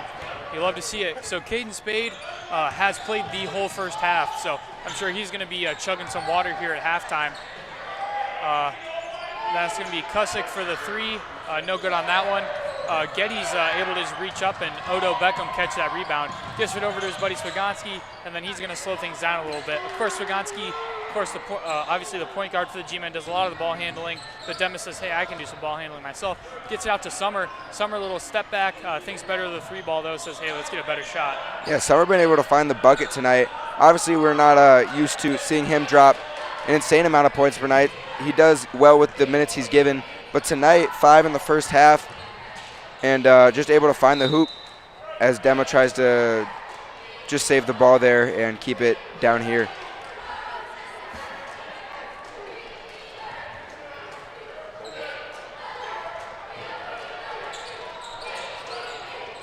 Over to Spade in the corner, his length, but won't get it. And now it'll be Geddes again here on the 2-on-1 as Swiganski slaps the backboard, and it'll go G-Men way. Yeah, so good defense there by the G-Men to force a bad shot, and then of course no defensive possession is finished until you rebound it or it goes out of bounds off the other team, and it did there. So Caden Spade probably going to try to get a little buzzer beater here or get into the lane himself, and then actually travels, so a little unhappy with the call there. Says, hey, I didn't travel. I think he did. He probably got fouled too, but again, sometimes refs have to compromise on that one. A little difficult to exactly make the call sometimes. So Rebels have 1.3 seconds left. That was almost close. That was almost pretty gnarly, I'd say. Yeah, Yerke there, almost. Yeah, so that'll be the end of the half here, 31-18 G-Men lead. Let's see if they can clutch this one out, and promise this to be a good second half. Make sure to come back, and thanks. We'll be back. Shooter Paul, you in there? You the one they call Shooter Paul? I hear you got the best deals in the territory. I reckon that's true. Draw me up a deal I can't refuse. They said you're the best there is, but I had to try. Charles Auto Family in Garrettsville. Get your best deal now from the nicest people in the business.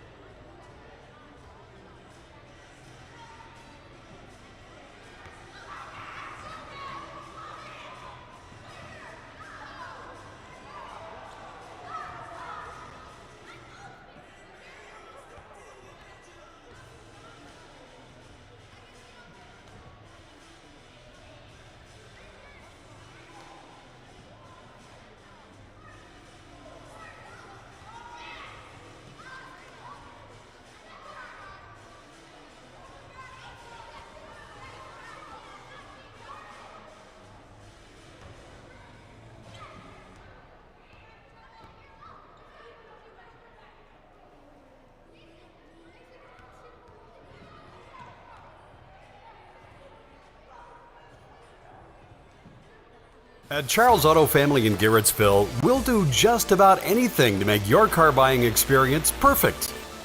And that includes getting you the absolute best deal. We have a big selection of new and used cars, trucks, vans, and SUVs. Plus, Charles has one of the best and most affordable service departments in the area. Just come in, pick out your favorite vehicle, and drive home. Or we'll be happy to deliver it. Charles Auto Family. Get your best deal from the nicest people in the business.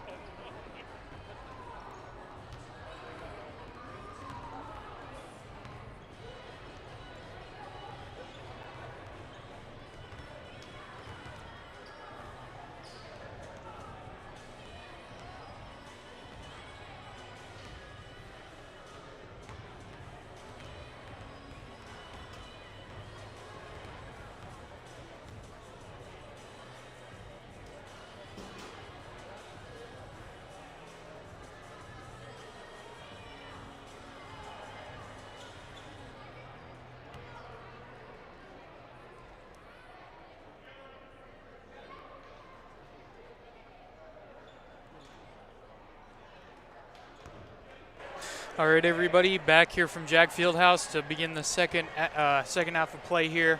The Garfield G-men have the 13-point advantage, 31-18 on the Crestview Rebels, all the way over from Columbiana in a very, very eastern Ohio.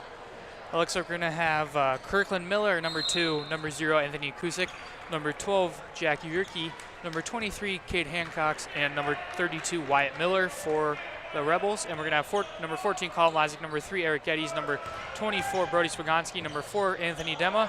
And so that was a somehow shot that fell there by Kirkland Miller, the leading scorer here for the Rebels. Number 24, Brody Swagonski, 4, Anthony Dema, 1, Caden Spade, I believe.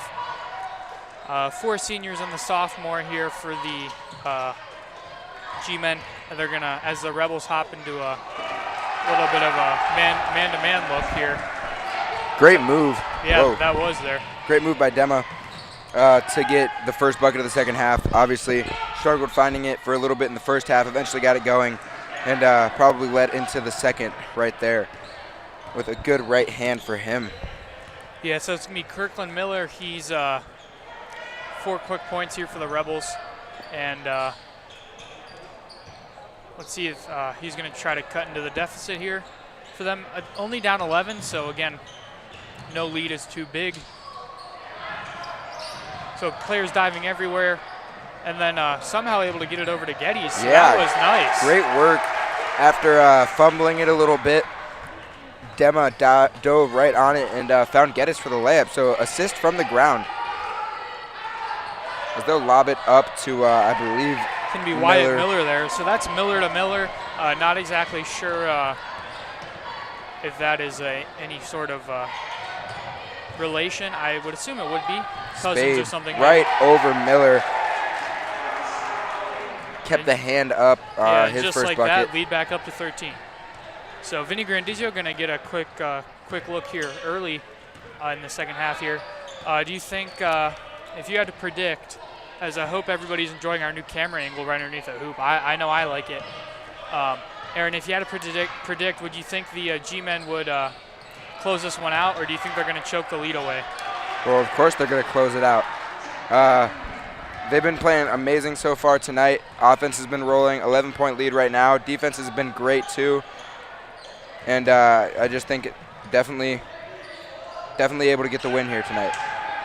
Yeah, we'll see what they can do. I would think they would get their focus back up, and especially on the defensive end, because they could, if no one else scored for the rest of the game, they would win. Good call. That's just how it goes. They have the lead right now. They don't need to score. They need to stop them, though. Obviously, scoring is going to help. Swagonski tough to the rack, Ooh, and he'll fall hard and get the shooting foul, so he'll go to the line for 2. Yeah, Swagonski, bodies hitting the floor all over the place tonight. Oh, yeah. Not always a bad thing. Obviously, you love the hustle, you love the intensity, but now Swagonski has a chance to get his first points of the night. Hasn't found it yet. Then really the only starters to find it have been Spade, Geddes, and Dema. Lizac yet, and Swagonski yet to have a bucket. Yeah, so Swagonski with 1 point. Again, only 1, but hey, there we go. So that looks like his that's even less than his average charges taken per game, it seems like. He's really has a knack for that. I don't think he's drawn one tonight, but he's been in the position a couple of times. So let's see if he can get 1 or 2 of those here in the second half. Nice little fadeaway, actually airball there on the midi by number 12 there, Jack Yurke. And let's just take a moment to shout out another teacher at Jag. That's almost offensive rebound there by Swagonski. So let's take a minute to shout out Randy, a.k.a. Buddy Cutlip, health and physical education teacher by here at Jag. When they do physical education, I come into lunch here in the gym, or here in the field house, and they're playing some basketball, and he's hooping with them. So you love to see it. He lives over an hour away from Jag, but he's still that's an inbound play there. You see in the NBA sometimes, throw it off the guy's back if he's facing away from you. So to shout out to Mr. Cutlip. If you don't know him, he's a great guy, and if you know him, you know how much of a great guy he is. So there we go. So 2 shout outs tonight. Again, any of you guys can be featured here on the stream. You just got to contact your favorite commentator, either me or Aaron. I think we all know the answer. So Vinny Grandizio getting big, and that's going to be a jump ball staying in the way of the G-men. Yeah, so just contact one of us, and we'll set you guys up here. Of course, anyone can be any student here at JAG. I'm sure a lot of you guys would be in the stands right now, I would hope. Anybody listening at home, if you know a JAG student who's interested in being a part of the media club, they can. Media does more than just yearbook and the streams. So we stream almost every home game, and we take care of the yearbook, and we also produce stuff like the band promo video and the morning show Christmas special. So Dema getting big sends that one back to Dema. Yeah. So Dema, after looking for a foul, getting the no call, and hitting the deck, comes back and makes a nice defensive play. Yeah, Dema sending that one all the way back to Crestview. Right back to him. Sending that one back to Columbiana. They're going to set up now in a box formation.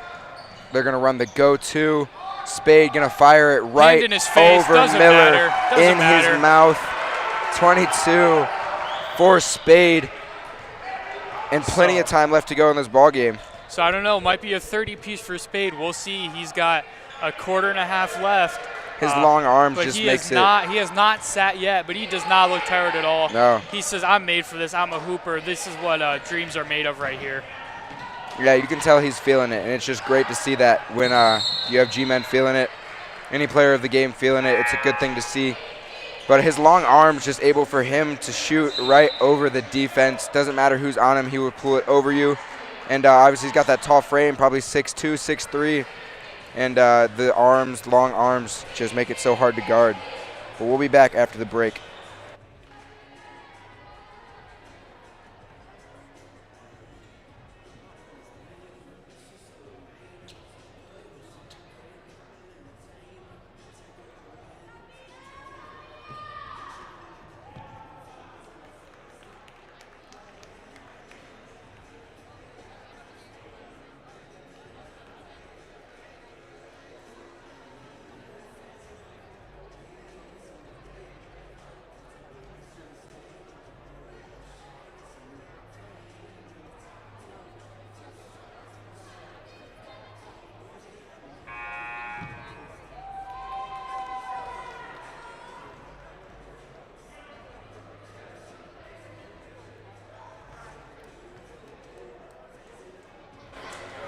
Looks like we had a full timeout there from the Rebels. Going to need it. Maybe try to cool down Spade, ice him a little bit. Don't think Spade's got a rest tonight, of course, like you just talked about. Yeah, he doesn't even look phased out there. He says, I could go another. He's the type of guy, he Dema, plays hands. A full game. He could play a full 32 minutes and say, hey, let's play 32 more right now. He's just that type of guy. He's a hooper. I'm not exactly sure, but I would think he'd be closing in on the 1,000-point mark for his career. Not exactly sure how extensive the stat records are here. Spade, step back, bucket over Miller. Miller throws his hands up like, what can he do? Playing good defense, but Spade just making him work and just finds the net. Yeah, so Spade's been playing since his freshman year. I would assume he's close to 1,000 points on his career. Not exactly sure again, but he's hot right now. We'll see what he can do. And that's a nice midi there by Kirkland Miller. He's up to 11 now. So he's shot it a lot tonight. Yeah, he has, and he's made found some really, really tough shots. Yeah, Caden Spade, I had a comment I was going to make, and I forget what it was, other than he is really good. You see Miller getting right up in the face of Spade, and that's probably just going to make Spade want to find it even more, as that'll be another 3 out for Janik. Hasn't found it yet tonight. Usually Janik. Yeah, so Evan Janik's kind of like a mini-me for Spade, right? If you look at him there. 3-and-D player. Kustik hitting the floor. And looks like we're going to have 2 Rebels ready to sub in. That'll be number 21. The bests. The best. So who is the best? I don't know. James would say it's James, and Jonathan, number 21, would say it's Jonathan, number 21. So who is the best? I don't know. They're both the best, though. Who's the best? Who's the bestest? Miller trying to go to work. Looks like he might have traveled down there, but won't see it. But it won't matter. Demo will come away with a steal. Going to slow things down, wait for some people, some G-men to come help. So Gonski going to fire one, just short. Kustik with the rebound. And Swagonski proved that he's been able to shoot it from out there. Obviously, I haven't seen him score, as that'll be a bank shot, I believe, from Miller. Bank is open. We knew their holiday hours were pretty crazy a couple streams ago. But Spade gonna attack, 316 lay, but he gets fouled on the floor. Spade just doing everything. As Bates and Summer will check in for the G-men. Yeah, it looks like Dema and Janik gonna have a seat here. Gonna get a little more young here. We got Swagonski, who normally plays with the juniors, the senior, and then of course Spade, the senior. 3 juniors of Summer, Bates, and Grandizio. And oh my, keeps the hand up. 26 points for Spade. 1 minute 18 left in the third.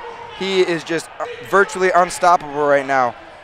Yeah, there's nothing you can do if you overcommit. He's by you. If you undercommit, he's going to drain the 3-ball in your face. That was almost a 3-ball there by in and out for Best. By James Best. So looks like Jack Yerke, the over the back call there. Yeah, so both of James Best's shots have been close but haven't gone for him. He hasn't been able to find it yet tonight. And I've used that a lot. Hasn't been able to find it. A lot of lost things here in the field house. But, yeah, Bates fouled. Will hit the deck, blocking foul on Miller. Yeah, so Spade and Caden Spade and Kirkland Miller kind of going back and forth here in this third quarter, but I think Spade has the upper hand now. His team definitely has the upper hand. Spade is almost outscoring the whole entire team. He's at 26, and the Rebels have 32 as a team. So looks like we're going to have a new face checking in. That'll be Matt Lindsay. Matt Lindsay. We saw him in the JV game. Good player for them. Here Summer we go wide open for 3. Summer. Oh, no. Just off Spade. Maybe the putback dunk. Gets up there and grabs rim. And it's going to be a jump ball. Student section getting fired up now. Hootin' hollering. 30 seconds left now in the third. It'll be G-men ball. Spade just doing everything on the floor. Putback dunks, 360 lays. Like you used to say, straight Evan and 1 mixtape. Right over Custic. There we go. That's the heat check. Yeah, exactly. Yeah, put that in an and 1 mixtape. Spade going for the putback dunk, grabbing. Spade. Yeah, I honestly, that might be only like his first or second miss. Yeah. He's been on point. Like yeah. Can't even be mad at him for taking that shot. And here we go. Got to give him a round of applause. The crowd's not really in it. They don't know what's going on. That's okay. But Caden Spade just played 24 minutes of basketball with 26 points to show for it. So that's pretty darn good. I think he would want to go back in the fourth quarter and say, hey, let me get to 30. Yeah, and despite this huge night from Spade, the lead only 13 for the G-men. Other G-men obviously finding the bucket, but this Crestview team able to battle back on their offensive end of the floor. So see if they can make it work without Spade on the floor now. Get a little offensive work going, but that'll be off the hands of Lindsay. And G-men ball with 1 second flat remaining. So I would think Swagonski try to get a running start here and throw up the full court shot. There it is. Oh, it might go actually. That one's close. Ref able to catch it there. Good hands there by the ref. Get him a contract. So we'll be back here from the Jag field house. G-men going to try and close it out with 13-point lead. We'll see how the fourth quarter goes, and we'll be back.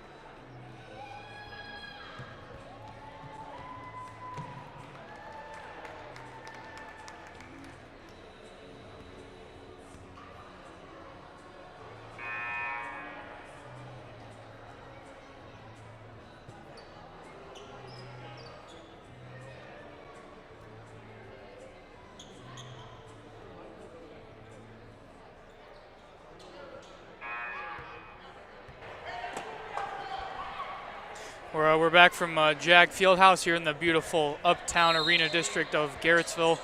Beautiful city here, nestled in the top corner of Portage County here in northeast Ohio. If you like geography, there you go. Yeah, we're ready for this fourth quarter. Spade's ready for this fourth quarter as he's checked back in. Dema's ready for this fourth quarter. He's running the floor, and he'll get the blocking foul on the floor. So not quite yet into bonus. 5 fouls for the Rebels. One more, and they will be.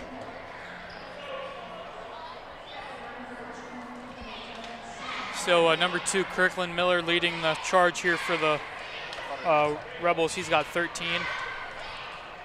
Yeah, so 50 or 30 in high school is kind of like 50 in the NBA. Scoring 30 doesn't happen every night. It does happen once in a while. Would you say that it's a safe comparison to say 30 in high school for a player is like 50 in the NBA? Definitely. Shorter quarters, lower scoring games. Yeah, just a little bit of a slower game. That's just how it is. They're obviously professionals, and high school players are not. Right. So, but still, 30 is very impressive. If you can score 30, that is a job well done by you, of course. But if your team can win, I would think that's what matters more to you. At least it should. As Best all the way in, then, but just hounded by a wad of G-men.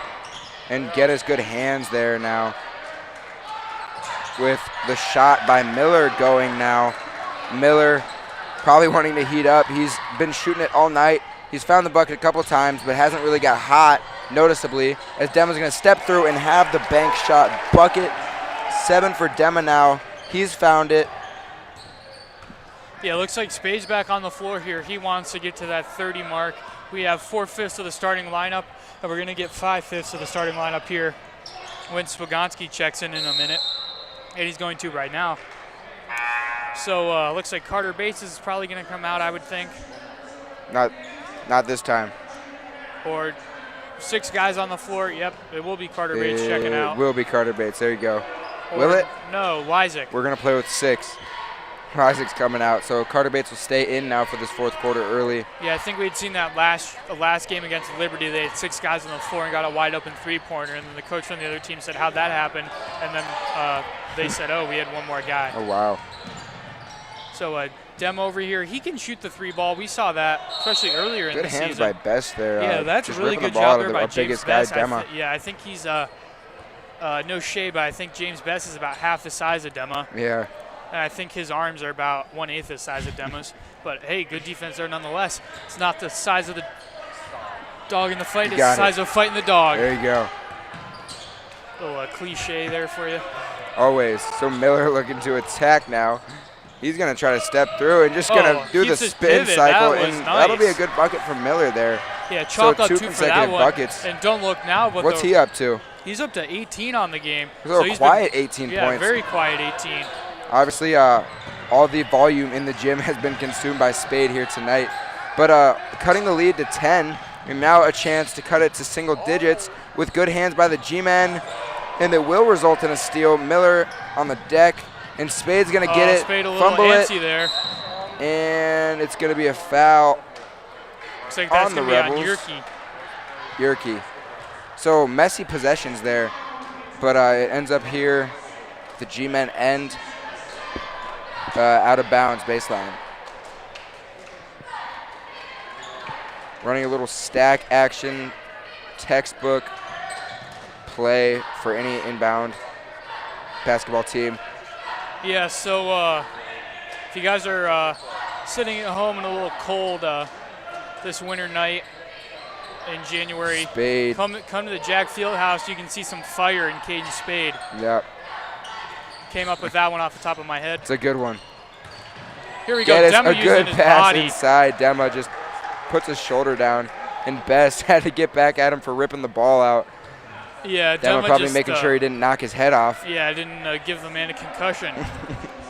He might be bleeding. Can't really tell. Yeah, Wrestler, you gotta get out of here. So big shoulder there by Dema. Yeah, that was like a whole body to the face there. So we're gonna have a Best. Looks like Best is the best, as he's gonna check back in for Best. Oh, Best is bleeding out. Oh, that looks bad. Probably broke a tooth. He might have. I've broken a couple teeth in my day. It is not a fun feeling. So it looks like Kirkland Miller is going to get some water while he's on the court. Got to make use of that. Of course, roadie Jacob Rhodes over there handing in the water. So Dema not shooting well from the line tonight. I believe that's 0 for 3 so far, and you'd hope he would get it going. 1 for 4, 25%. Not as bad as 0 for 4, and he will. There you go. That one rattles in for him. 8 for Dema now tonight. And Rebels are going to need a timeout here. They're going to talk things over, try to get this lead back. Only down 11, so not out of the game yet. If you're a G-Men faithful, hoping they can put this game away. So we'll see how this goes. It proves to be a good one down the stretch, and we'll be back.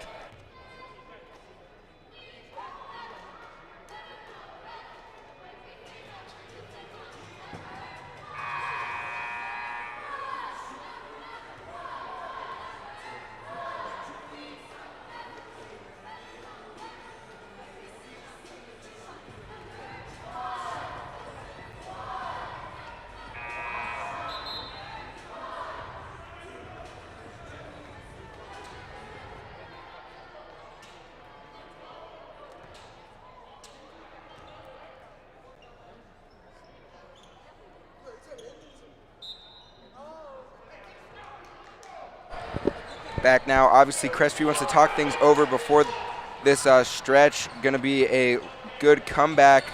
Well, hope to be a good comeback for the Rebels. And obviously for the G-Men faithful, hope to contain this lead. Oh, a little tip there. We're going to give that one to Herky Jerky Jack Yerky. And it looks like Yerky was limping a little bit, still is coming down the floor. Yeah, he has to D up on Spade, so let's see if Spade can take advantage of this maybe minor injury. He decides to pass it off, of course. So Carter Bates going to get attack. a That curl. left-hander going to get the roll. His first bucket of the night. Yeah, something Carter Bates has been doing since he was about 10 years old, I'd say, at least. Going to get inside positioning on Bates.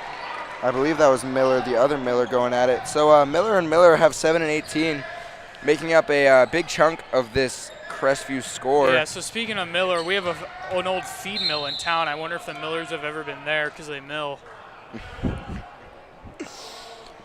Oh, that was a bad one. But, yeah. It's a real knee Speechless slapper. after that one. Really sucks the I air out lost of my the train building. of Some thought. good comedy. Again, barring any complications, we always have a plan B of our careers in our future is considering a career in stand-up. Or we could sit down after that bad joke. Yeah, sit down comedy. Dema sinks this one. That's 2 in a row now for him. 9 points on the game, looking for double digits with 10.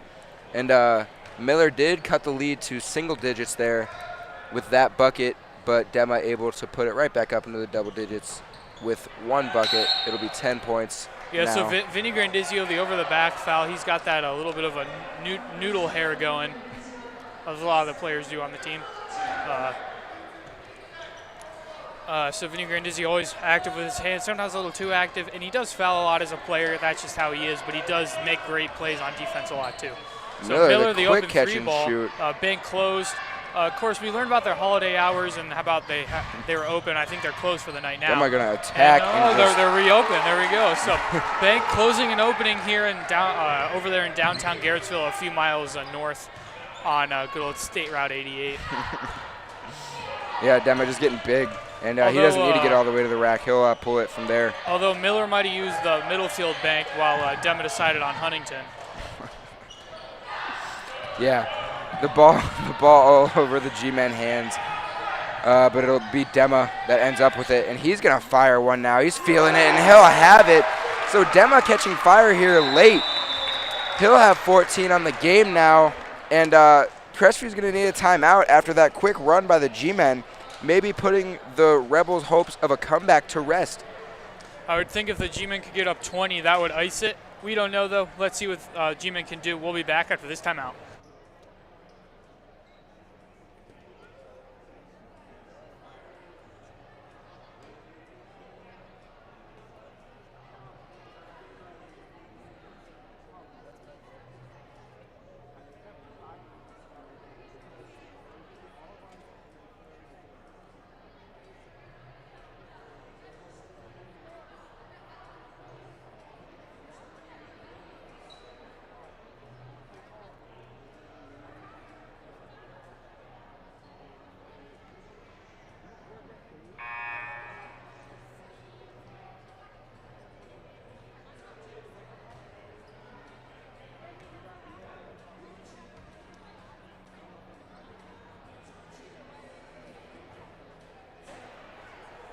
So a good classic song, Sweet Caroline here, Jag Fieldhouse, you love to see it.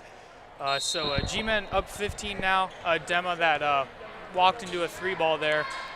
So Dema showing off the range here. And Kirkland Miller gonna look to, speaking of Kirkland, I believe, isn't that a brand, isn't that Costco's brand? I believe it is Kirkland's signature, as Miller will be fouled on the three-pointer. That was the Kirkland signature right there. Swakowski mocking him a little bit. I don't know if Columbiana, the Crestview area, has any Costco's near them, but it looks like we have one tonight with the Kirkland signature. So Kirkland, aka Signature Miller, up to 18 on the game now. He's at 4 here on the, actually make that 6 here in the fourth quarter alone. So good clip for him. He actually didn't score at all in the first quarter, and he's only scored his 19, make it 20 over the last 3 quarters. So if he hits this last one, it'll be 21. Yeah, Miller sneaking up on Spade for the leading scorer in the ball game. I think Spade looks ready over there. He says, "Nah, I want that. I want that mark." So looks like he's ready. Oh, here we go. Nice little 1-2-2 zone look here, zone press. Good find by Spade. That was a little unlucky. Maybe a little off balance by Geddes, but nevertheless, it is a miss. And the G-Men with a little press of their own, little half-court trap, wraparound steal by Spade. No. Miller wide open, and wow, he'll have it. There it is. So again, lead cut to single digits, 9 points here. The Rebels haven't been able to battle back more than that.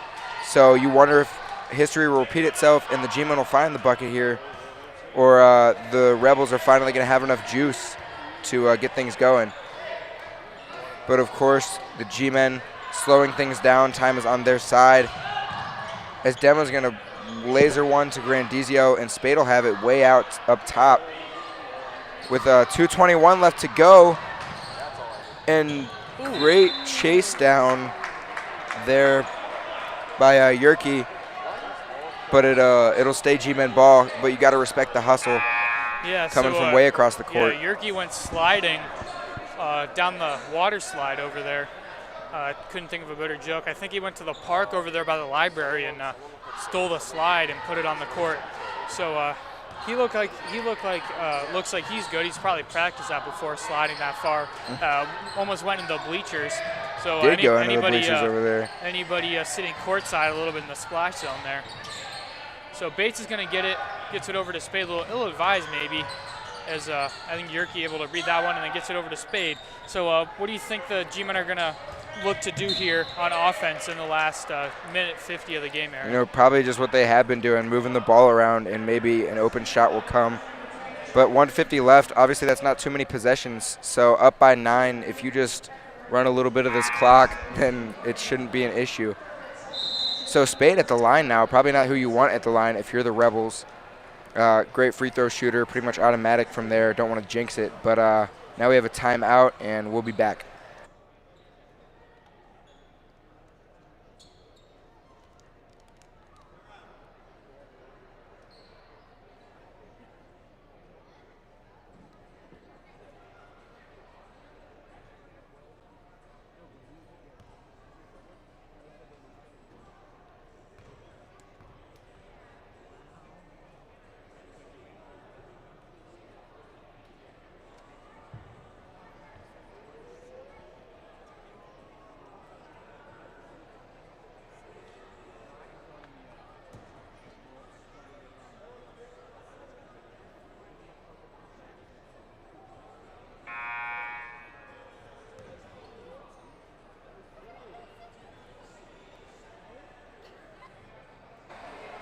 Buzzer has rung, both teams taking a little bit more time than allotted.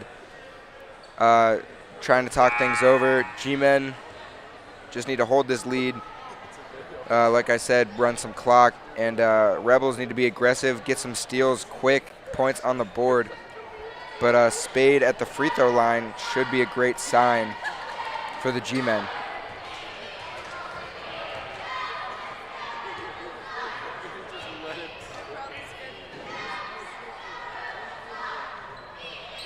And off for Spade on the first one, not something we're used to seeing.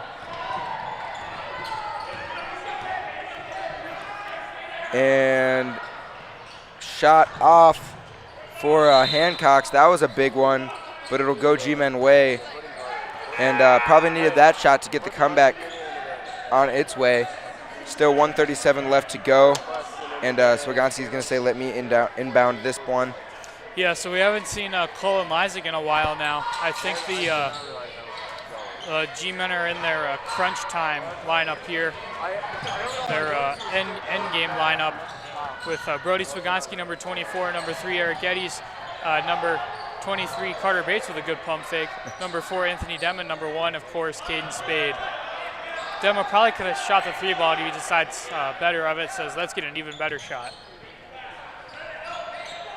Yeah, G-Men just holding the ball, running it out, passing it around, and it's working. Only a minute left, closing in on a minute now left to go.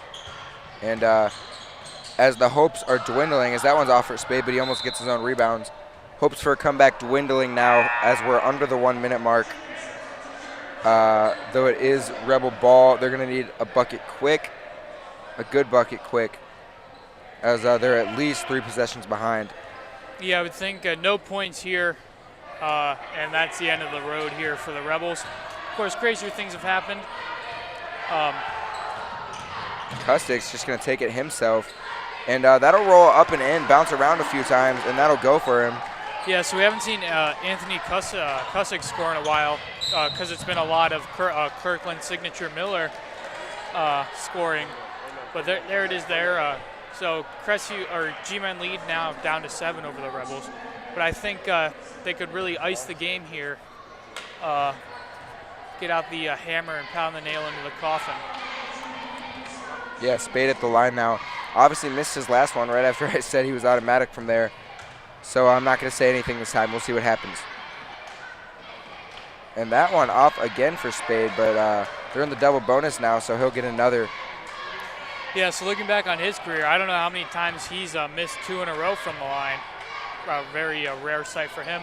And he's able to get back on track there. And Coach Oleski, who's always good at saving his timeouts till the end, normally going into crunch time, and he'll have 2 to 4 timeouts left.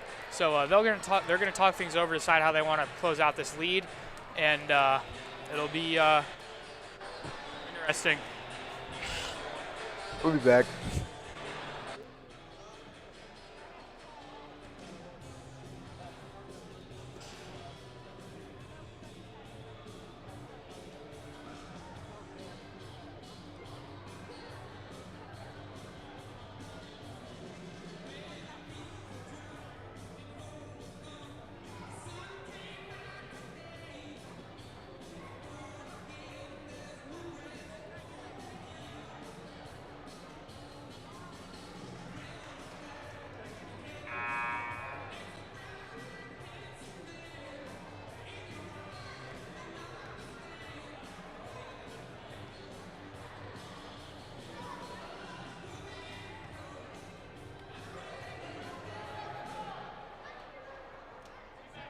Crunch time now for both teams.